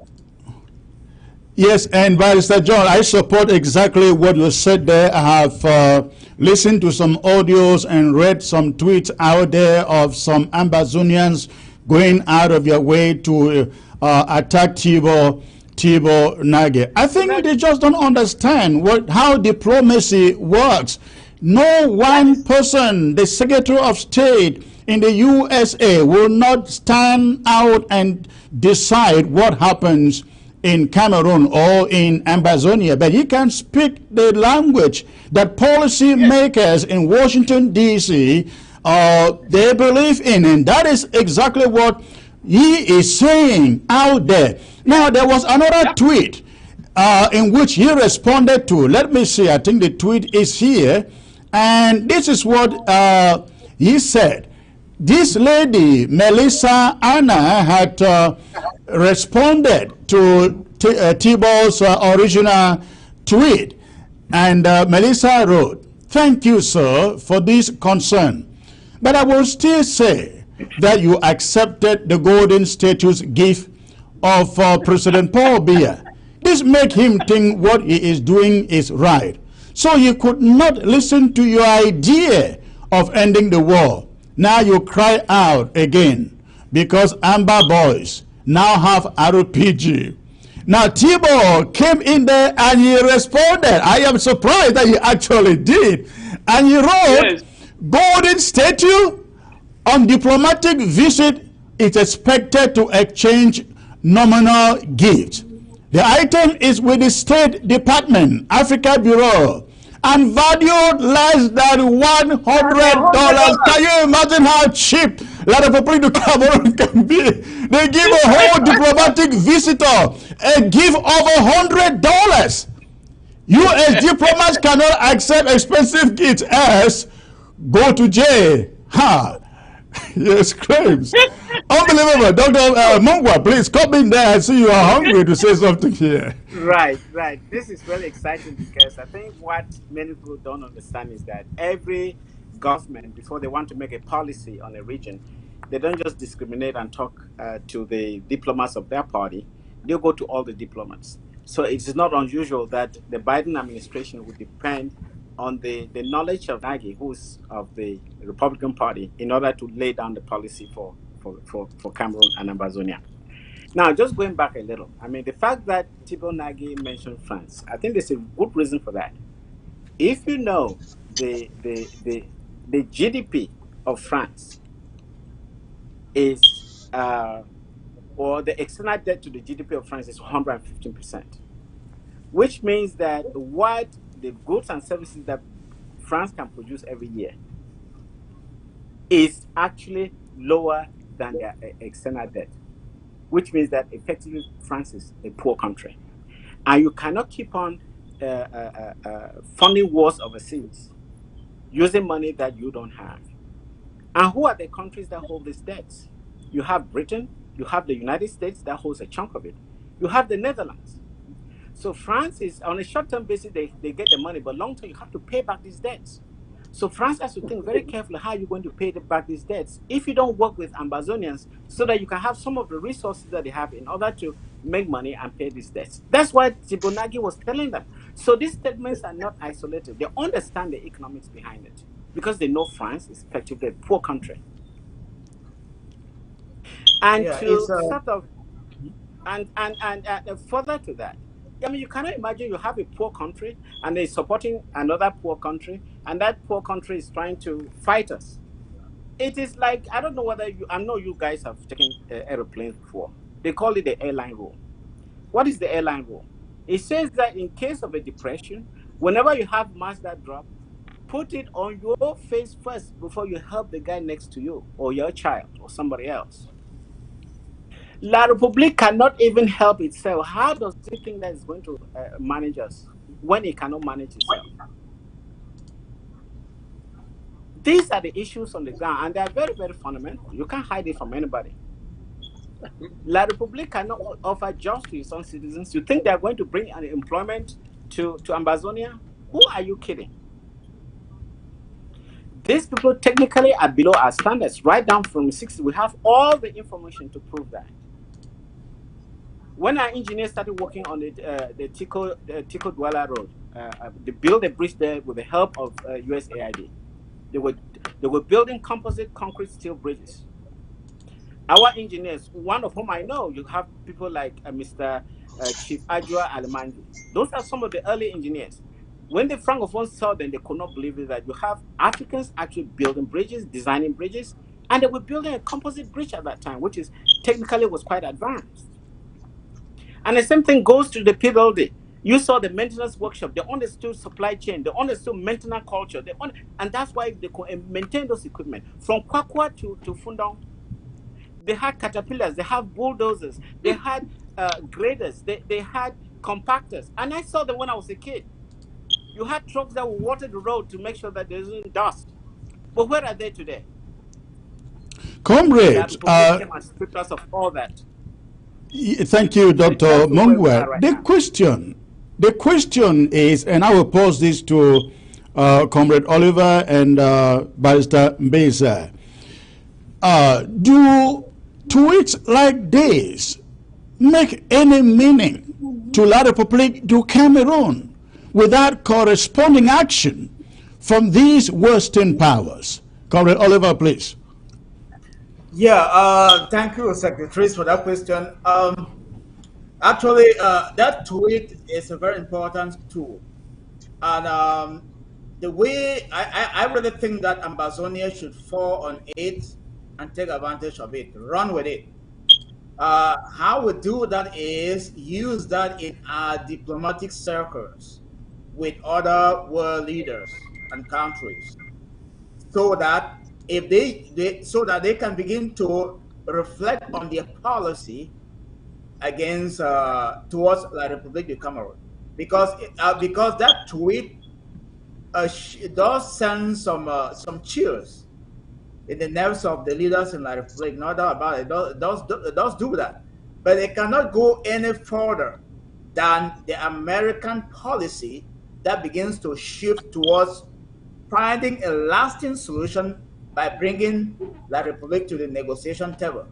So, and this threat, I really think that Ambazonians should sit and re-strategize our diplomatic efforts, and that should be done now in a close room, and so that we begin to approach, give a certain group of people, and take the different big countries, the world powers, and set groups of 2 or 3 persons that will focus on a particular country, and then follow up and develop a diplomatic relationship with them, and begin to see how we can have them influence La Republique and bring them to the negotiation table. Because at the end, we have to get to the negotiation table. That is how the conflict ends. That is what every other conflict does end. So, all right, that, I think, is a very key thing for us to do. Thank you. We are quickly running out of time here. Barrister Mbeza, please take 1 minute to give us your take. Do tweets like this really make anything? Do they move La République du Cameroon? They ought to move them. First, we have to start by ourselves. We have to learn to understand diplomatic language. Very often we miss a lot. In administration, particularly in the American administration, there's something they call continuity, and there's something they call break. As far as the Cameroon policy is concerned, Nagy is from the Trump administration. He's going out. The Biden administration is coming in. There is continuity there. And let me explain how I came to this. I followed the hearing, the Senate hearing of the person who was replacing him. During the Senate hearing, what did that woman say? People missed that point. They didn't even follow it. She said, in quote, "For now," he said, "for now."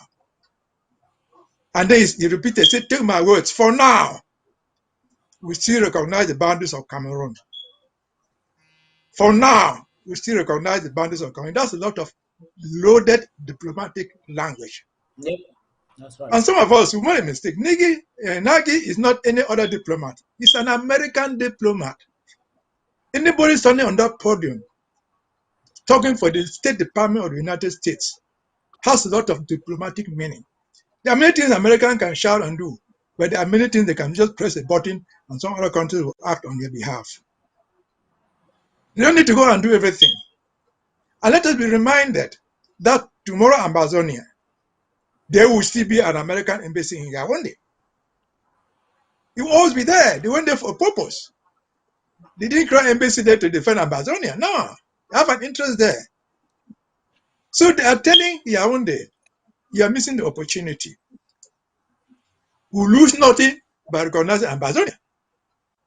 Rather, we'll gain more by recognizing Amazonia and you, the Republic. So let us learn ourselves to understand diplomatic language and start falling into the trap of insulting anybody. Yes, that statue might be just worth $100 in terms of American. But in Cameroon, the guy who went to procure that thing might have taken $10 million and made money out of it. So for them, it's a big deal. But they don't seem even to understand what it is. So it's not like those things are given to Mr. Dion Gute, they will carry it probably to his house in Dian. They leave them there. That's not what happened lacks. Only our American diplomat lacks. So that is a lesson for all of us in this struggle. Especially in the diplomatic circle. Again, I say, there are so many things the Americans can do. If I may just get your take on this quickly. We are really running out of time here. What do you make of the fact that the gift given to Thabo Mbeki was only worth $100? No, those gifts are symbolic. Even if it was worth $1 million, there is no way a diplomat in that position would have said, no, take away your gift. He's not going to do that. No, I'm talking about the value. The value of it, not what. No. What I'm trying to say is that the value is not important. Because they are not intending to give him or her money. They have money. It's all symbolic, something like symbolic handshake. Yeah. All right, Barrister John, I see you were trying to say something there. Yes, okay. There's a law in the United States that a diplomat cannot take more than a gift valued more than a certain amount of money. So that gift that he received was less. It was just about or less than $100, and that's within the limit of the law. And he did not receive it on his behalf. He received it on behalf of the U.S. government, and he has left it in the African desk, in the African bureau in Washington. So all this noise about him receiving a gift from there is neither there nor it's diplomatic practice. But the U.S. government has a law that limits the amount, the worth of that gift. If that gift is above a certain amount, a U.S. diplomat will not receive it. That is the law. Dr. Mungwa, please your take on this. Yes, it is also applicable to corporate America. You don't take gifts above a certain, otherwise you have to report into ethics. It applies. Chris, let me just something there. Let me just explain something there. At the time of Giscard d'Estaing, when Giscard d'Estaing came to Bangui, who was the president of France, Central Africa, as poor as it was, the emperor, he went and brought 30 jars of gold. I gave it to the man. As a gift, yes, 30 jars, that 20 liter. No? That's French. That's France. That's France. Yes, yes. So the Giscard d'Estaing, but what are you giving me this for? Mr. Bokassa said, look, in Africa, a stranger does not go to another man's house empty-handed. Yes. But the perception that we have of gifts is so different. If you were to imagine the 200 years of American diplomacy, then the State Department should be full of elephant tusk, all the things that you have in Africa. So, I mean, those things have no meaning. Those things have no meaning diplomatically. They don't influence policy. Comrade Oliver, please, your last take on this. 30 seconds. Yeah, no, I think they said it all. It's not the value of the gift; it's just the symbolism that is attached to it. In diplomacy, I think that's all it is. Thank you. Summarily, from all of you, you can do this in 10 seconds. Would you take what Thibault Nagy is saying out there to say that he is now an advocate for the Southern Cameroons. No. Barrister John. Yes, quickly. He is not an architect. Not an official advocate, I would say, but does he appear like an advocate for Ambazonia?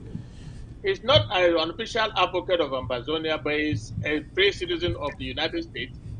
And the Second Amendment gives him the right to say what he wants to say, but he must say it within the context of being a civilian.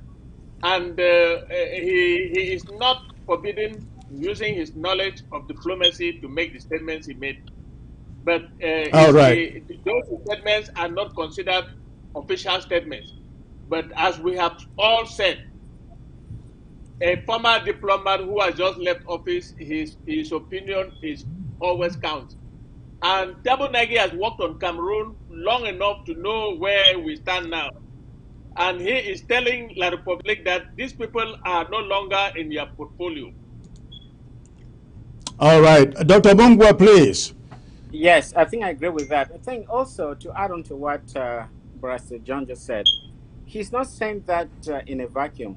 I'm sure he has relevant statistics and data that he can refer to that led him to get to that conclusion. Because if it was otherwise, remember, this is not the position that he took about 2 years ago. It was almost contrary to what he said today, which meant that there has been some movement ever since he thought about us and the struggle. So he has some data that he's using in order to draw that conclusion. So I think, yeah, it's not. All right, thank you. Barrister, briefly. Okay, I think what he's saying is not different from what they've been saying. They are not advocates for Southern Cameroon or for Ambazonia. No, they are advocates for peace. From day one, the Americans in particular understood our problem more than ourselves. And they addressed it in 2 sentences or few phrases. Sit down without preconditions and address the root causes of the problem. They know the root causes. They were at the United Nations. They know the strength of our case. They are not the one to make the case for us. He's simply telling them that if you don't address this thing, when they will address it, the result will be this, will be this, will be this, which they have not told them before. They know the strength of our case. But they have been telling them, go sit down, address the root causes. This is the simple word. We all know the root causes in two phrases. So he's only an advocate for peace, and he's narrowing down as he exits and see Yaoundé swore on the back on the wall. He tells them, well, go down. If you don't go down, there are only 2 options. They will go down to what they wanted, or they will get out of the whole nonsense. Which is exactly what I'm saying, go down and address without preconditions the root causes of the problem. Whether it was 1608, it was a federation, it was Funban, that's the problem. Go and address it. All right. Thank you. Comrade Oliver, please, the last word. Yes, on that, Thibault Nagy is not an advocate for La Republique or Ambazonia. He is an advocate for peace. And he, granting his knowledge and experience, not just in Cameroon, but in Africa and around the world, he knows that specifically there can only be 2 solutions to the Ambazonian issue. I mean, according to him, it can only result in a referendum, in a federation, or a complete breakup of Ambazonia as an independent country. He knows those are the other 2 solutions that can happen, which is saying that the unitary one Cameroon and indivisible state status is off the table, that it's too late to even think about that. That's what he's saying. Thank you, gentlemen. Thank you for being part of the panel tonight. My take from what Thibault Nagy is saying out there is that he is warning La République du Cameroon. It is time for you, if you need to go the federation way, to come up with that idea, because you don't, Ambazonia is gone. Unfortunately, that is Thibault's opinion. I think Ambazonians, ladies and gentlemen, are gone past that era of a federation of a thing. We've lost so many people to even think of going back talking about that federation nonsense. We were for that in 2016, and I believe 2017 we will still have discussed federation. But after 2017, with a massacre, with a genocide, the time is over. It is gone past federation. We are not here fighting day in, day out to go and federate with La République du Cameroon.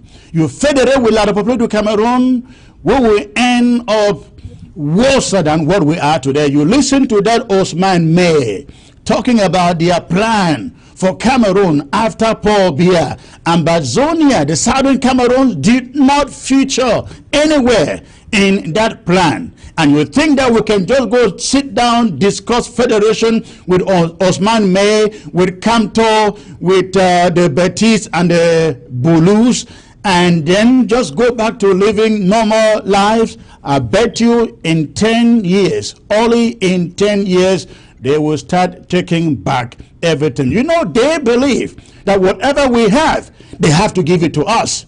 We cannot take it. They have to hand it to us. So if they give us federation, they will still have those powers and manipulation to take it back. Gentlemen, thank you for joining me. It was a great pleasure having you. I look forward to having you back. Thank My you. pleasure. Sir. Thank you very Thank much. you. Thank you. All right, fellow Ambazonians, that was my panel. I am quickly going to open the phone lines to take a few phone calls from those of you out there. And if you know the phone number, go ahead, call the phone number. You got a phone number, I think, on your screen. And before you call, make sure that you shut down the volume of your television set, please. Make sure that the volume of your television set is shut down before you make the call. And while you are making the call, ladies and gentlemen, I want to bring this very special announcement to you. Something is coming up. Something is coming up, and you'll find it right there on the screen. En masse, the genocide in southern Cameroon's Ambazonia. Save the date. It is coming up Saturday the 4th of December, ladies and gentlemen. Again, that is coming up on the 4th of December, 4th of December, and every Ambazonian, ladies and gentlemen, out there is expected to be present. It's going to be a grand launch of the En Masse program that is being invented here by the interim government. Now, En Masse program is all about bringing together non-Ambazonians, sympathizers of the Ambazonian struggle for independence, to come together and to support Ambazonia, especially the humanitarian aspect of this struggle, with donations to support our refugees and the internally displaced. So this program will officially be launched on December the 4th. It is not a draft. It is quite different, totally different from a draft program. It is a mere launch that introduces the world to this program. Those who have the potential to support this struggle, to support Ambazonians, again, talking about non-Ambazonians.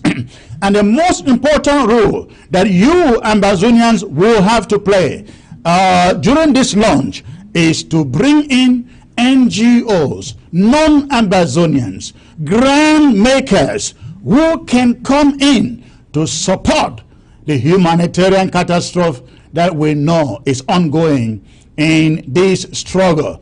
Again, it is coming up December the 4th. It is not a draft. You will not be expected to make any donations.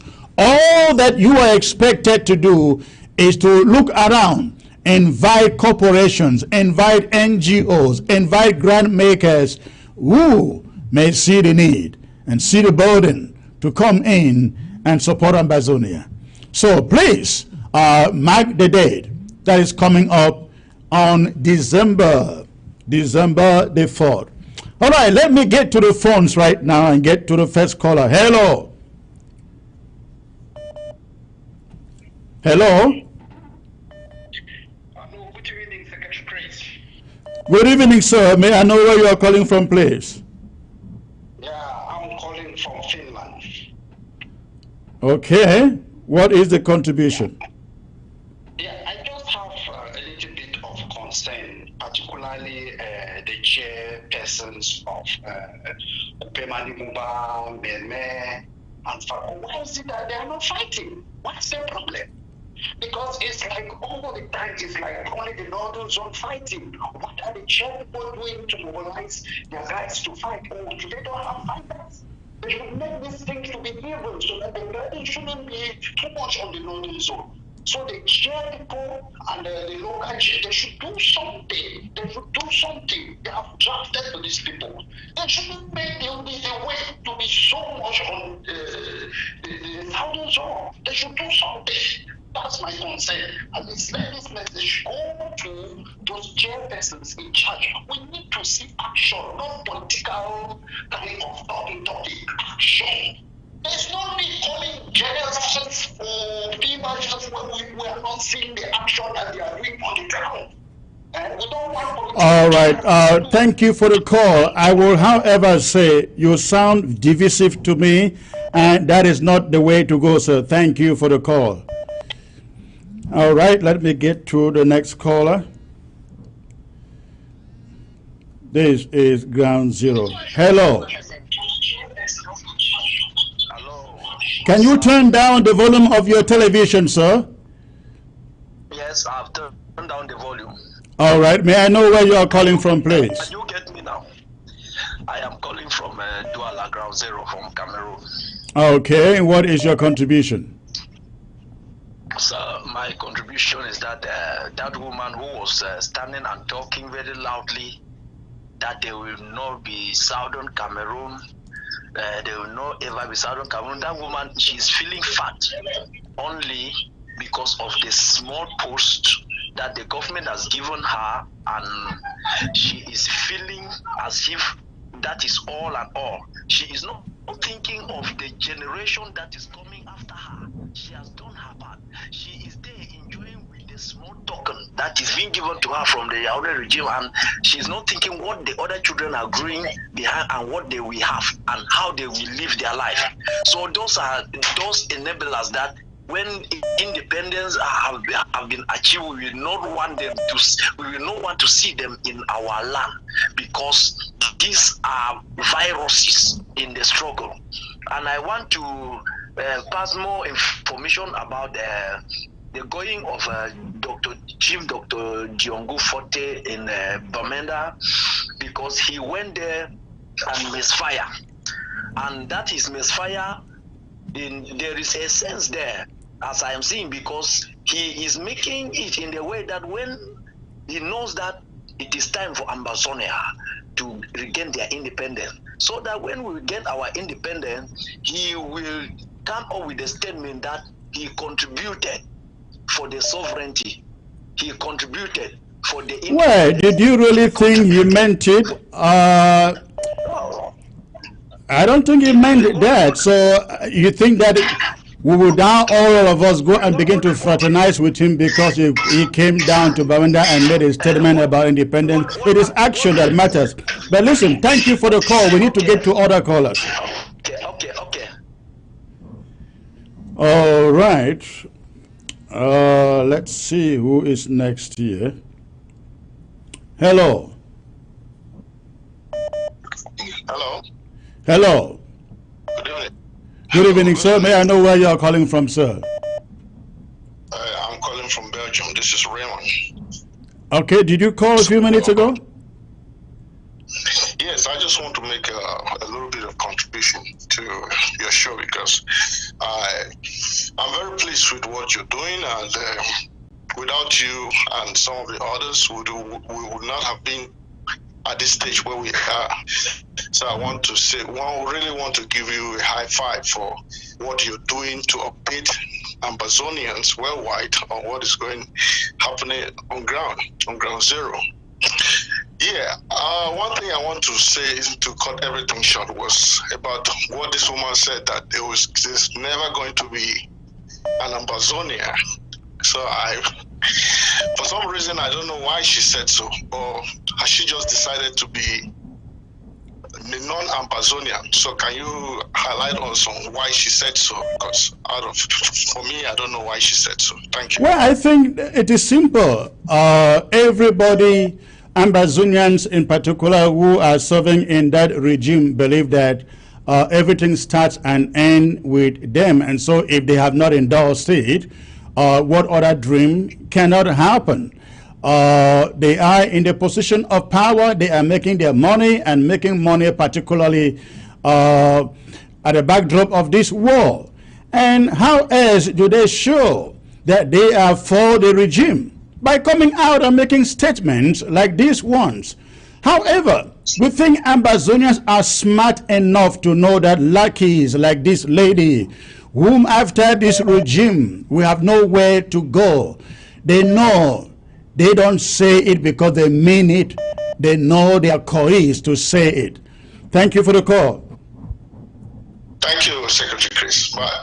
All right. Okay, let's see who else is calling here. Hello. Can you turn down the volume of your television, sir?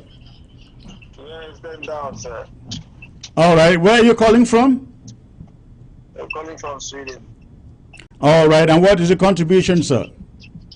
I just wish to take up this point. What happened to Bali today? I saw the military using human shields. I'm sorry, you saw what? I saw the military today using Benzi things. They took like almost 200 bikes, and they surrounded their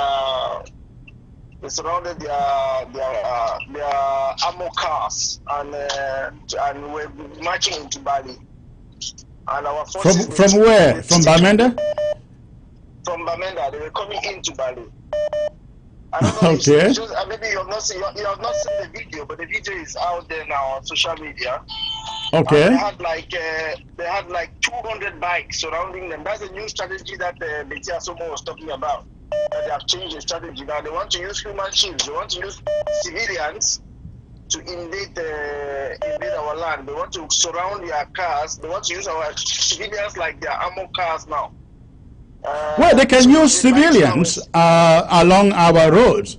Would they use civilians to enter the location of our fighters? It's an exercise in futility, I guess. Exactly. So they are just using what the ISIS used to do. They have just copied that from the Islamic State, how the Islamic State used to do, where they take civilians and then they settle in the midst of civilians, so America cannot target them. But if you see the way our boys take out the ammo car, you will still not believe. Could you believe that they could take out ammo car without our people being killed? You just need to take a look at that video, Secretary. Then you. I will take a look of it. Thank you for the call. No problem, sir. All right, let's get to the next caller here. Hello, sir. Hello, good evening, Secretary Chris. Good evening, sir. Where are you calling from? Abakwa, I guess. Actually from Abakwa. Okay, and what is the contribution, sir? 1 minute. Yeah, my own contribution, I'm just surprised with Diongute. When Scapo and the SNC took the Republic of Cameroon and Republic of Cameroon into the African Court of Human Rights, by then he was the lead counsel of that particular case on the Cameroonian side. Now, where was he when it made a statement here that Southern Cameroon on 11th of February did not even get the independence and made all that type of noise. When they took them to the Republic to the African Court of Human Rights, and won that case. In that case was the ruling was in favor of the SCAPO and the agency that is Southern Cameroon. Why did he not tell the judges that Southern Cameroon had never got independent? And that case, he was there, the lead counsel. It was in favor of Southern Cameroon. Why didn't you refuse? And well, he couldn't say it there because he knew the case would not end in his favor. He knew the facts. He can say it in Bamenda because he's not debating it with anybody, right? No, but I begin to surprise the professor that one will come to tell lies because he's in Cameroon.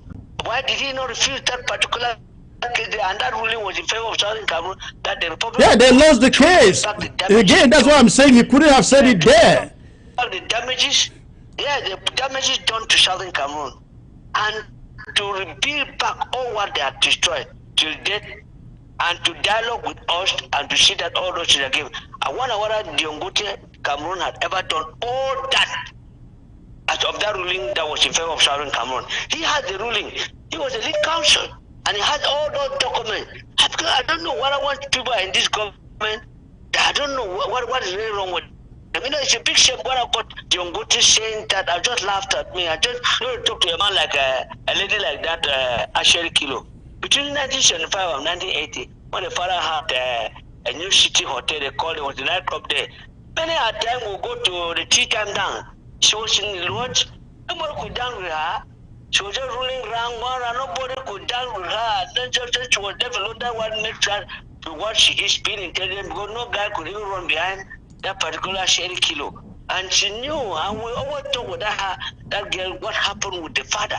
To the father, and she always, I don't know what some people want to go to this government, they think that people, some of the people, we are not still alive to know some of those things that happened and what they had been doing. Between 75 and 80, this particular Sherry Kilo, she was one of those who lived there because the house was just by the side of that hotel. During the tea time, there was one man they called one Pamumu who was always dedicated. If he did not dress very well, he would not. When we dress fine and enter with, and we were rockers in those days who could even dance with her. She's making noise now. I don't know. All right. I want to hope she's hearing you. Thank you. Bye-bye. Okay, the phones are ringing and I need to get out of here as soon as possible. Hello. Hello, Secretary Chris. Good evening, sir. Good evening, sir. May I know where you are calling in from, please? I'm calling in from the Northern Zone. Okay. Go ahead. What is the contribution? Yeah, I want to appreciate you for the wonderful work you're doing. I really thank you for your sense of judgment and discernment. When a previous caller said it's only the Northern Zone that is fighting, I really thank God for that spirit of discernment. That was an evil seed that was about to be sown in our midst. As for Kilo, she's a lunatic because the father was a prosperous businessman in the days of the Southern Cameroons. Where is the company of the father? Now they want to. You're right. That's a very good question we're asking. Yeah, the father had lots of businesses. What happened to them? Yeah, that is it. So they are closing her, blinding her with that small post, and she comes to talk trash. She will live to see the Federal Republic of Ambazonia independent. She will be ashamed. Yeah, so as for the rest, we leave it in the hands of God because He's the one fighting this battle. So nobody can fight against it. When I watch Diongute and Philemon Young, I look at them as, very stupid people. I can't imagine that these are very learned people. Look at what they are doing. It's childish when they know the truth. And thank God, the Holy Spirit will be arresting them one after the other, and they'll be revealing what is in their hearts. The Bible says the heart of man is desperately wicked. Above all things, who can know them? More grace and more grace to your elbows. God bless you. Thank you, sir. Thank you. Appreciate it. Remain safe. Okay, I will take 2 more callers and I will call it a night. All right. Hello. Hello, Senator Chris. Good evening. Good evening, sir. Where are you calling from? I'm calling from Mezam County, specifically in Bamenda. Okay, 1 minute.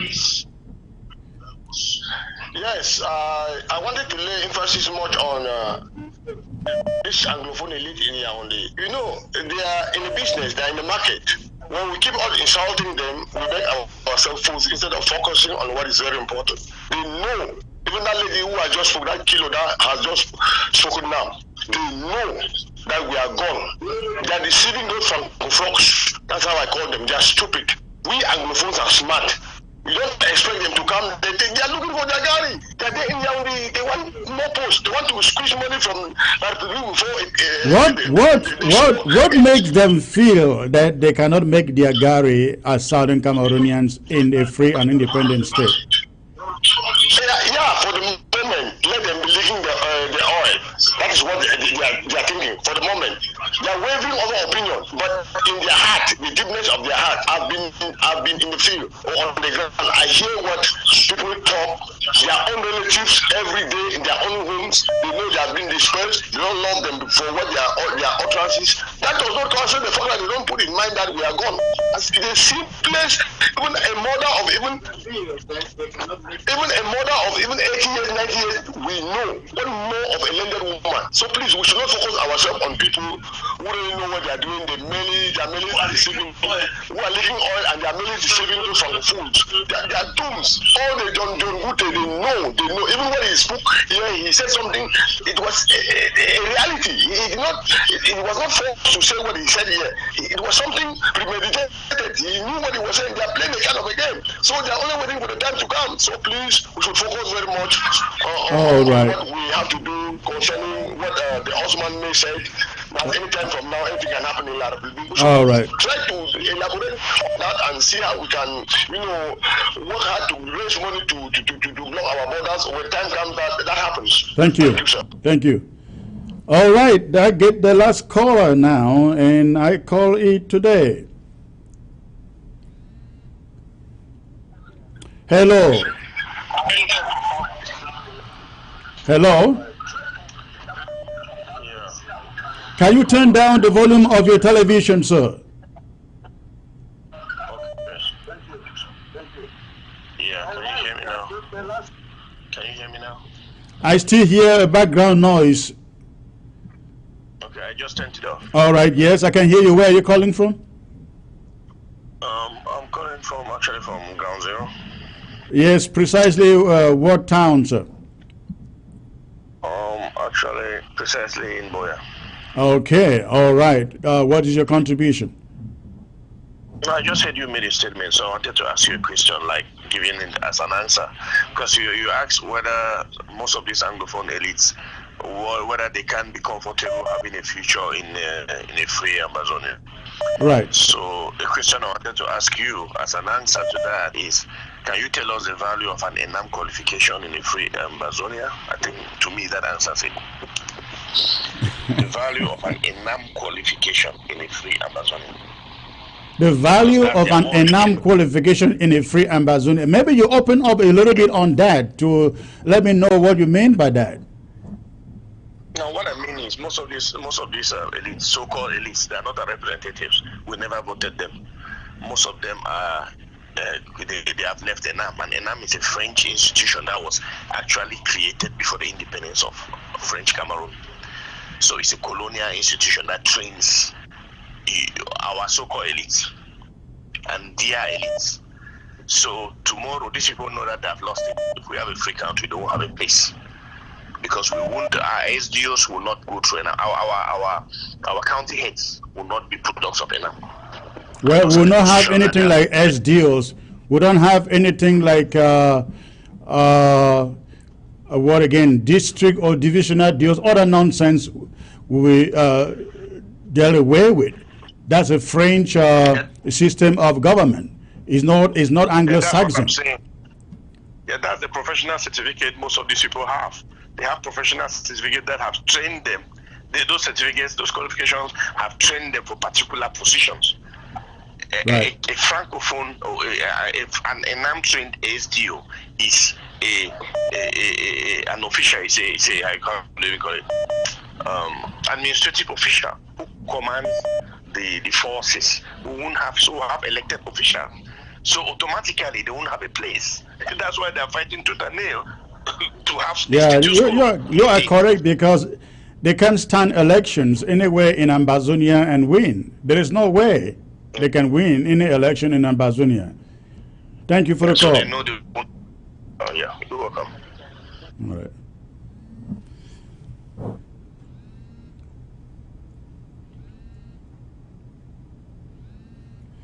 Okay, ladies and gentlemen, I think we will call it a day here. And I want to thank all of you for tuning in and being part of the broadcast. I look forward to coming back to you. But before I go, I'd just like to remind you of what is coming up December the 4th, which is the launching of this En Masse program. The launching, En Masse is not a draft.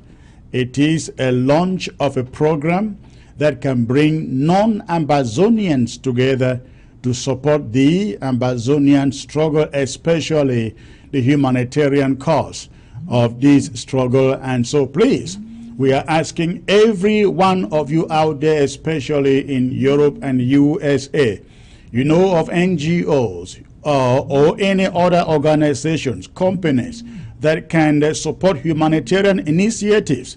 Please, we are expecting that you will contact them and appeal to them to join us in this launching. If you again are in Europe, that is all you need to do. You need to be inviting them and bringing them into this event. We believe that after they listen to us, they will see the need to assist our refugees, the internally displaced also. That is all what this En Masse event is all about. Thank you so very much for tuning in. Before I go, also, let me remind you for the fundraiser which I did last week. It is important you all know that the total amount came up to $6,400. $6,400, and the target was $5,000. Thank you so very much for being so generous, for those of you who chip in something. We're going to be coming back to you every month, ladies and or once in 2 months, to do those special fundraisers for ABC. I'd like you to know that without those fundraisers, we cannot keep or maintain ABC, especially for those on ground zero. The diaspora can watch ABC on the social media. Ground zero doesn't have the data to watch ABC on the social media. That is why, for those of you in the diaspora who can support, we urge you to continue to support, to make generous donations to ABC so we can stay on the air. Thank you. God bless you all. I look forward to being back here in the days ahead. I am Chris Anu, and good night. Ladies and gentlemen, fellow Ambazonians, it is about the slow but sure depletion, if not stopped. Please listen once more. This is the moment to rise up and save what remains. Like Pontius Pilate, the Vice Chancellor is fast trying to wash his hands. Ambazonians, if God forbid we fail in this war, they will take back everything they have allowed us to manage. We must remain steadfast or lose the war. They sold our institutions and our resources for positions, for money, for power, and for influence. Why we fight to recover it all? We must not allow such enablers continue selling us. We must neutralize their plans, and if need be, neutralize them too. From today, we declare an end to these permanent military, gendarmes or police checkpoints in all of Ambazonian streets and roads. It is therefore incumbent upon us to stop tomorrow's murder today. This is the state of the struggle with your anchorman Chris Anu, Ambazonia's spokesperson.